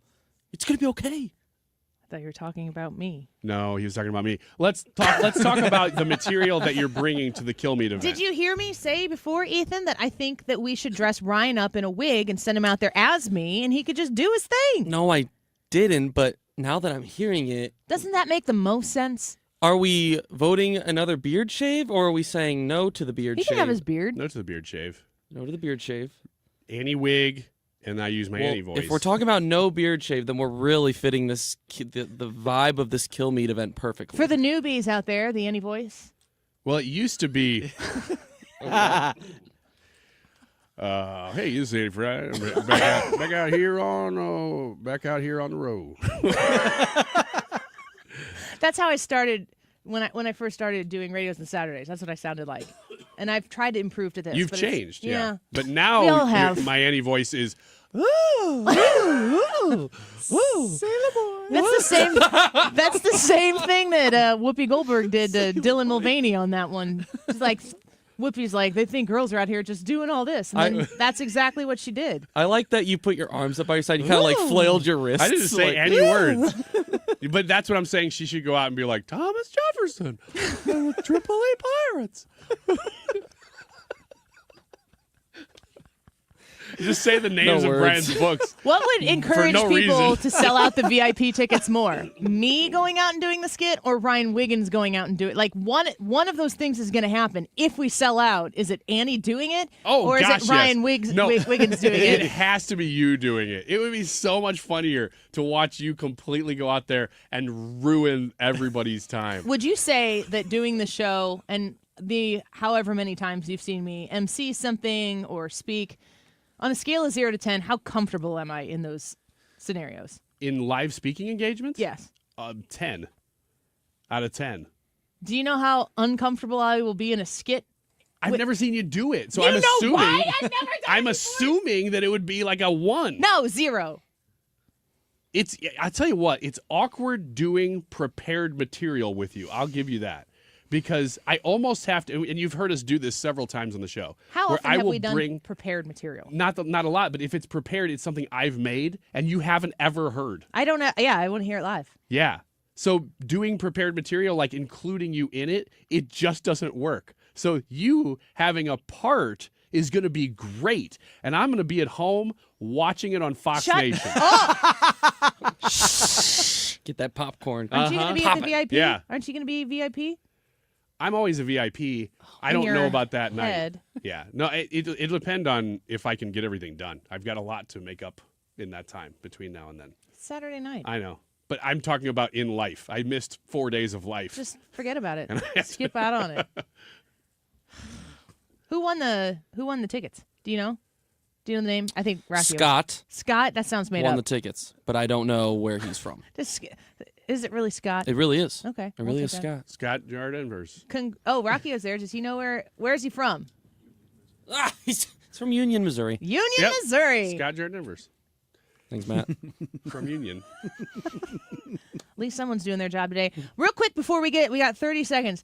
Do you guys get a vibe of like Ethan's romantic mood today based on the music on the show? Yeah. We had Wicked Game and Celine Dion. Oh, yeah. Oh, I thought we were Celine there till the end. No, that was Chris Isaac. Do you sing that to your wife? No, because we're already in love. And that wouldn't help? That's about wanting to fall in love. I wouldn't sing that to her. That'd be offensive. Not there yet. That's what I was implying, but I think you mean for a different reason. No, but I agree. Ethan has really He was feeling it today. charted a day today. Yeah. That included me looking at Carl and saying, "Is this a '90s song?" You didn't know him? Once I heard the Celine Dion, I was like, "Oh, that's the one that goes." Na, na, na, na, na, na. Yes. He's like, "Yep, that's the one." I was like, "All right, cool." Oh man, do you have the poll results? I up? do. All right, give it to us. 303 votes for today's YouTube live chat poll. Would you ever own an electric vehicle? 64% say no, 34% say yes, and 3% already do. 3%? That's like 9 people, maybe 10, with 303 votes. Thank you for being with us here today. We're going to be giving those tickets away, concert ticket all week. Is that right? Every day. All right, the Mark Reardon Show coming up next on 97.1 FM Talk. We're definitely going to be late to the concert. I feel like we should be there by now. I'm just taking a little detour. I gotta fill up my gas tank, and I know this place a couple towns over where the gas is cheaper. Are you serious? We're gonna be late for the concert because you're driving out of the way for cheaper gas? Just use Upside. What's Upside? Upside is the free cashback app that gets you real cash back for every gallon of gas you buy. Wait, I can get cash back just for buying the gas I need anyway? Yes, I use it all the time, and I've made around $200. Now pull over so you can download the Upside app before we miss the concert. Download the free Upside app now to earn cash back every time you buy gas. Use promo code TRADE25 to get an extra 25 cents per gallon on your first tank. You can cash out anytime, right to your bank, PayPal, or as a gift card for Amazon and other brands. Just download the free Upside app and use promo code TRADE25 for a 25 cents per gallon bonus on your first tank. That's code TRADE25 for a 25 cents per gallon bonus. That's code TRADE25. Mark Cox here. Join me, Annie Fry, and Mark Reardon, along with Bob and Tammy Kershaw of the Retirement Advisory Group for the next Protecting Your Retirement educational event. It's Tuesday, March 25th at the Frontenac Hilton at 6:30. Here are Bob and Tammy with more. Are you nearing retirement or already retired and worried about market volatility and losses at this stage in your life? Would you like to learn why linking to the market is much safer than owning the market? Would you like to learn how to automatically lock in your market gains every year without having to sell? Did you also know if you are 59 and a half or older, you can roll over your company retirement plan tax-free to protect your nest egg from any future losses? You'll get all the answers and more. If you are 59 and a half or older, you can't afford to miss this event. Protect your retirement nest egg. Join the official financial advisors of my show, Bob and Tammy Kershaw, Tuesday, March 25th at the Frontenac Hilton at 6:30. Go online to retirementkey.com. That's retirementkey.com. Hey, it's Mark Reardon from my friends at Zerorez, and I want you to beat the spring cleaning rush with big savings and priority booking by calling our heroes at Zerorez. If you missed out on earlier specials, this is the time to get your home freshly cleaned, the carpets, the floors, maybe even the upholstery. Zerorez removes winter's lingering grime, preparing your home for hopefully brighter days ahead. And spring, let's face it, is a time for renewal. So let Zerorez help you refresh your home with clean carpets, fresh floors, and improved air quality. For that, you want to do the ductwork. And here's the offer for the month of March. 3-room Zerorez-ified from St. Louis's #1 carpet cleaner, starting at $119. Also, take $75 off your air duct cleaning package. You owe it to yourself and your family to breathe healthy, happy air. So book right now at 314-474-2020 or go to ZerorezSTL.com and say you want the 97.1 FM Talk special. You spell it backward or forward, it spells the same. Zerorez. Book today at ZerorezSTL.com. KFTK FM Florissant from the Kaufman Townsley St. Louis's Injury Lawyers Studio. Call 314-500-5000. That's 314-500-5000. All on the free Odyssey app. Air Comfort Service Heating.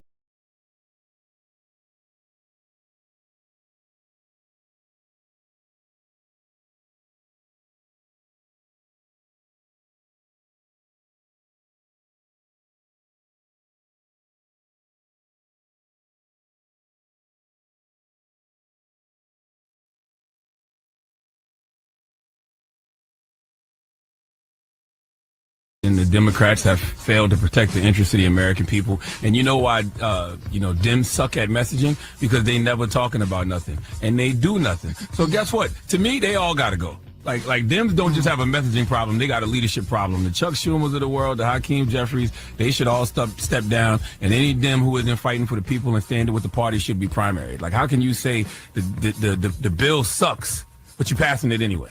Like, you're not going to even try to present something different, try to negotiate, nothing. Just it sucks, but we're going to pass it anyway. Oh, what you know, Joe. Joe Concha, Fox News contributor. Fox News contributor in his book, The Greatest Comeback Ever, Inside Trump's Big, Beautiful Campaign, coming out in the next month, April. And Joe's with us today. Joe, welcome back to the show. Happy Friday. It is a happy Friday, isn't it, Annie? I mean, boy, the drama in Washington right now. Yeah. It's like watching Jersey Shore or The Real World, where everybody got along in like the first episode of the season, and now the whole thing's imploding. And we're talking about Democrats this time. I was reading the tweets coming out from like Aisha Hasni and some Ryan Schmelz of both of Fox News talking about Kirsten Gillibrand losing her stuff behind a closed-door meeting. People outside the doors could hear her yelling about not shutting down the government. Now we see Chuck Schumer said, okay, I've got two bad options, but the least bad is to vote for the CR. What do you make of the Democrat Party right now? Nancy Pelosi has said you shouldn't vote for this bill. I think that they're in a lose-lose situation, Annie. So if they're successful in shooting down this bill, and remember, Republicans have to get to 60 votes in the Senate, meaning they need 8 votes from the Democrat side because Rand Paul has said he won't vote for it. And with Chuck Schumer saying he's going to vote for it and John Fetterman, there'll probably be a couple more that follow along. But let's say the bill still falls short in the Senate. Then the government shuts down. And guess who gets blamed for it finally this time? Will be the Democrats, right? Because they all voted against the bill. And if the bill passes, then the civil war that's happening right now will just completely exacerbate itself, and it's going to get even worse as far as AOC running to like every microphone she possibly could, talking about how horrible Schumer is, and Jasmine Crockett, they're going to give her more airtime, which is never a good thing for this party. So overall, no matter what happens, if you're a Republican, just sit back with some popcorn and some tequila and just be like, oh, this is fun. The one scenario I see playing out that makes me scratch my head a little bit here with this CR is that the Democrats come up with 7 votes, 7 people who say, we're going to do this, and then they come up 1 vote short and they try to pin it on Rand Paul and the Republicans. Do you think they could do that? Yeah, they'll pin it on Rand Paul, exactly. I guess. I don't know. I think that's when you still have 52 out of 53, that's a pretty good ratio. So this is Rand Paul, right? Yeah. He's like the Thomas Massey, but on the Senate side, right? Just, okay, I'm going to vote against it because I'm going to take a stand, even though the bottom line is that this is something that Democrats actually supported before January 20th. Right? This is basically Biden's bill, right? And yes, the only reason why we're talking about it now is because the federal, budget is done every September 30th. So they're only opposing it because the only thing they know is if Trump likes it, then it must be bad. So if Trump salutes the girl who has brain trauma at the joint session of Congress because she got hit in the head with a volleyball that was hit by a man who shouldn't have been playing a woman's sport, they can't even clap for that. They can't clap for the kid, 13 years old, who had 13 brain surgeries because he has brain cancer. Can't clap for that.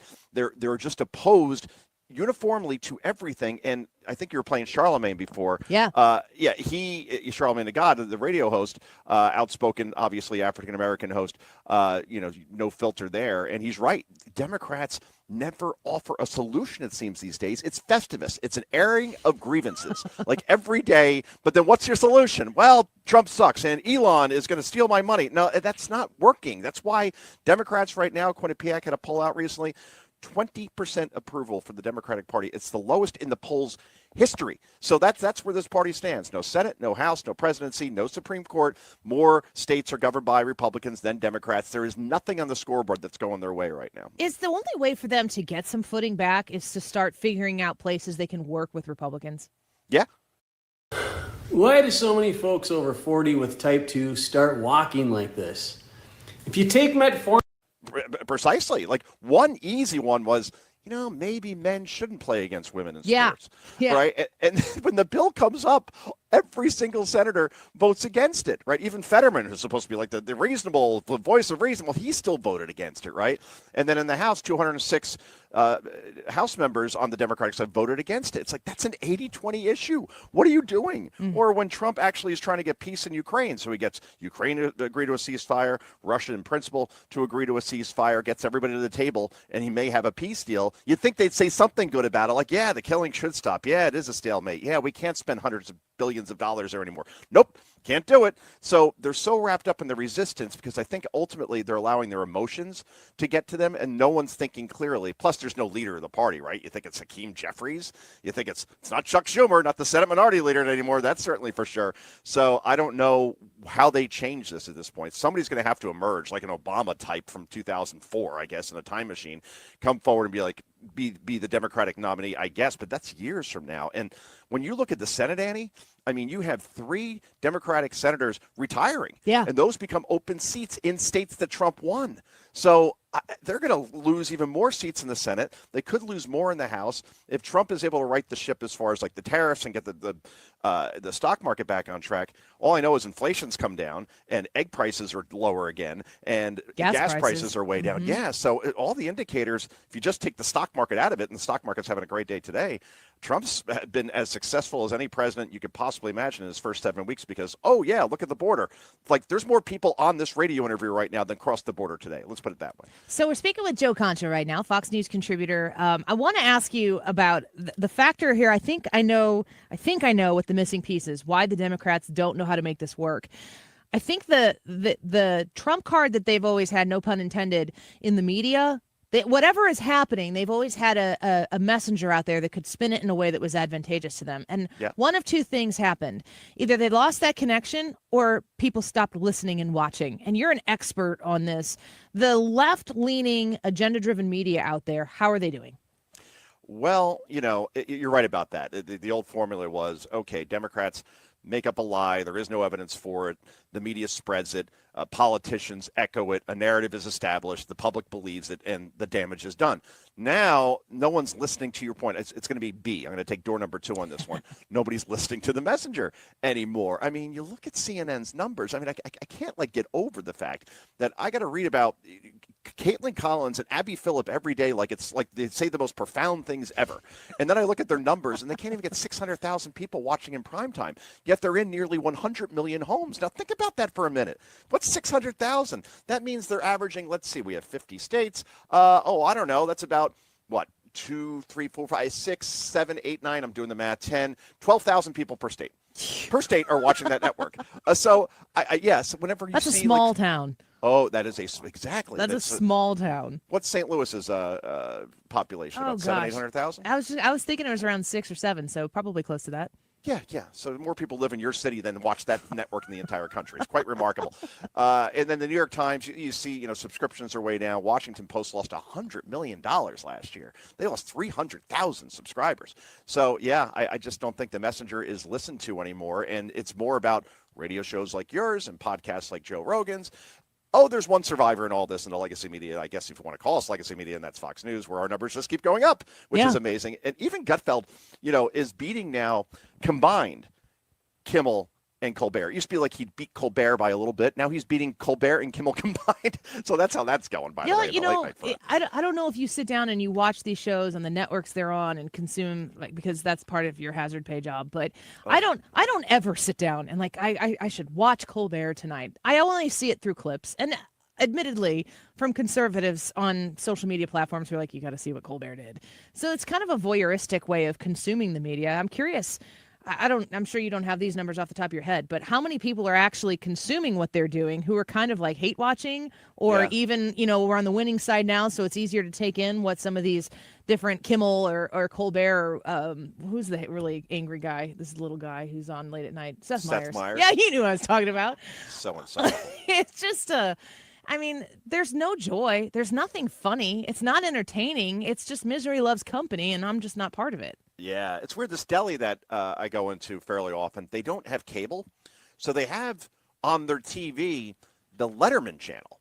I don't know where this exists. It's like one of those things that pipes into your TV without needing cable. Don't ask me how you get this or where it is. Magic. So every day I walk in, there's stupid pet chicks going on. And I'm like, I remember this. This is really funny. And I started watching it with my kids as well. I'm like, that's entertainment. Or they have the best of Letterman interviews where he'd actually have on funny people, or when Cars want to have Rickles on, for example. Now you look at Stephen Colbert, and guests are tonight Bernie Sanders and Jake Tapper. You're like, what? The last thing I want to see, Nicole Wallace. Oh, so it's basically an extension of MSNBC, these shows, right? And they got 17 writers, so they can be a little bit funny, I guess, sometimes, but 99% of the jokes are about Trump. How is that funny after a while? The same thing over and over again. And not like Trump's just been in office 7 weeks, so it's like a fresh face. This has been going on for 10 years. Yes, yeah. It's just one big bowl of sad. Yeah, exactly. A whole bowl of sad, a whole bowl of wrong, and 31 flavors of stupid. I wanted to ask you this question before we let you go. We're speaking with Joe Concha right now. We ask a poll question every day on our YouTube live broadcast, and it's who is the MVP of the Trump team right now? YouTube restricts me to 4 options. So I know there are a lot of players right now who are making everything great again. We have Elon Musk, RFK Jr., J.D. Vance, and Marco Rubio, and they all serve very different purposes, and I think they kind of represent different wings of people who came together to get Donald Trump elected to make this all a possibility. Who do you give the MVP to right now in this administration? Ooh, that's tough. That's a really hard one. I picked the wrong week to stop sniffing glue. How am I going to do this?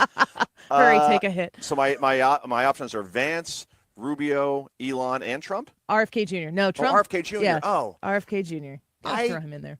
Boy, it's tight between Musk and Rubio. I think Rubio, I think, has been so outstanding in like every interview. He is. I sound like an old man when I say this, getting Marco's my age, but he's matured so much. Like he used to be so rehearsed, right, when he ran in 2016. Now, like he is so confident in the way he presents himself on the world stage. In every interview he does, he schools whoever he's interviewing. That's certainly for sure. Yep. But JD has been.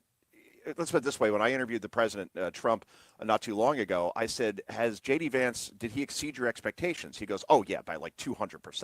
And it's true. I mean, every interview he does, he's great also. So I'm kind of looking at it through a media prism. But in terms of accomplishment, in terms of Rubio, what he's done with the Ukrainians and Russia, I think it's Rubio. Yeah. And then you got Elon Musk, who is out there doing yeoman's work when he could be running, bazillion-dollar companies and sending rockets to Mars or whatever it is that he does.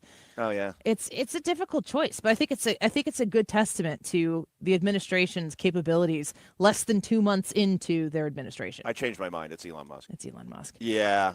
That's such a hard job. He's the pain sponge now at this point. Where he's got to cut things that people want.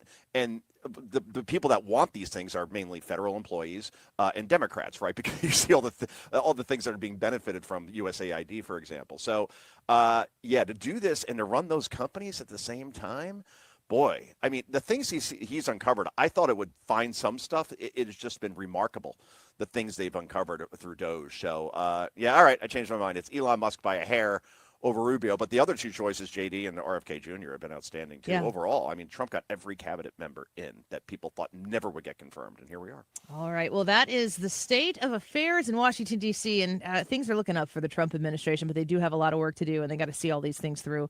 Joe, you're always great to have on to give us the insight. We appreciate your time again today. Happy Friday. St. Patrick's Day. Yeah. All right. We'll take that. Ides of March, right? Coming up Yes. here. Oh, Take no. care. Bye-bye. Thank you, Joe. Joe Concha, Fox News contributor, the greatest comeback ever inside Trump's big, beautiful campaign coming up in April. Make sure you go get that book. And I know that the McDonald's photo is on the cover of that book, and you want to display that on your shelf. I took two things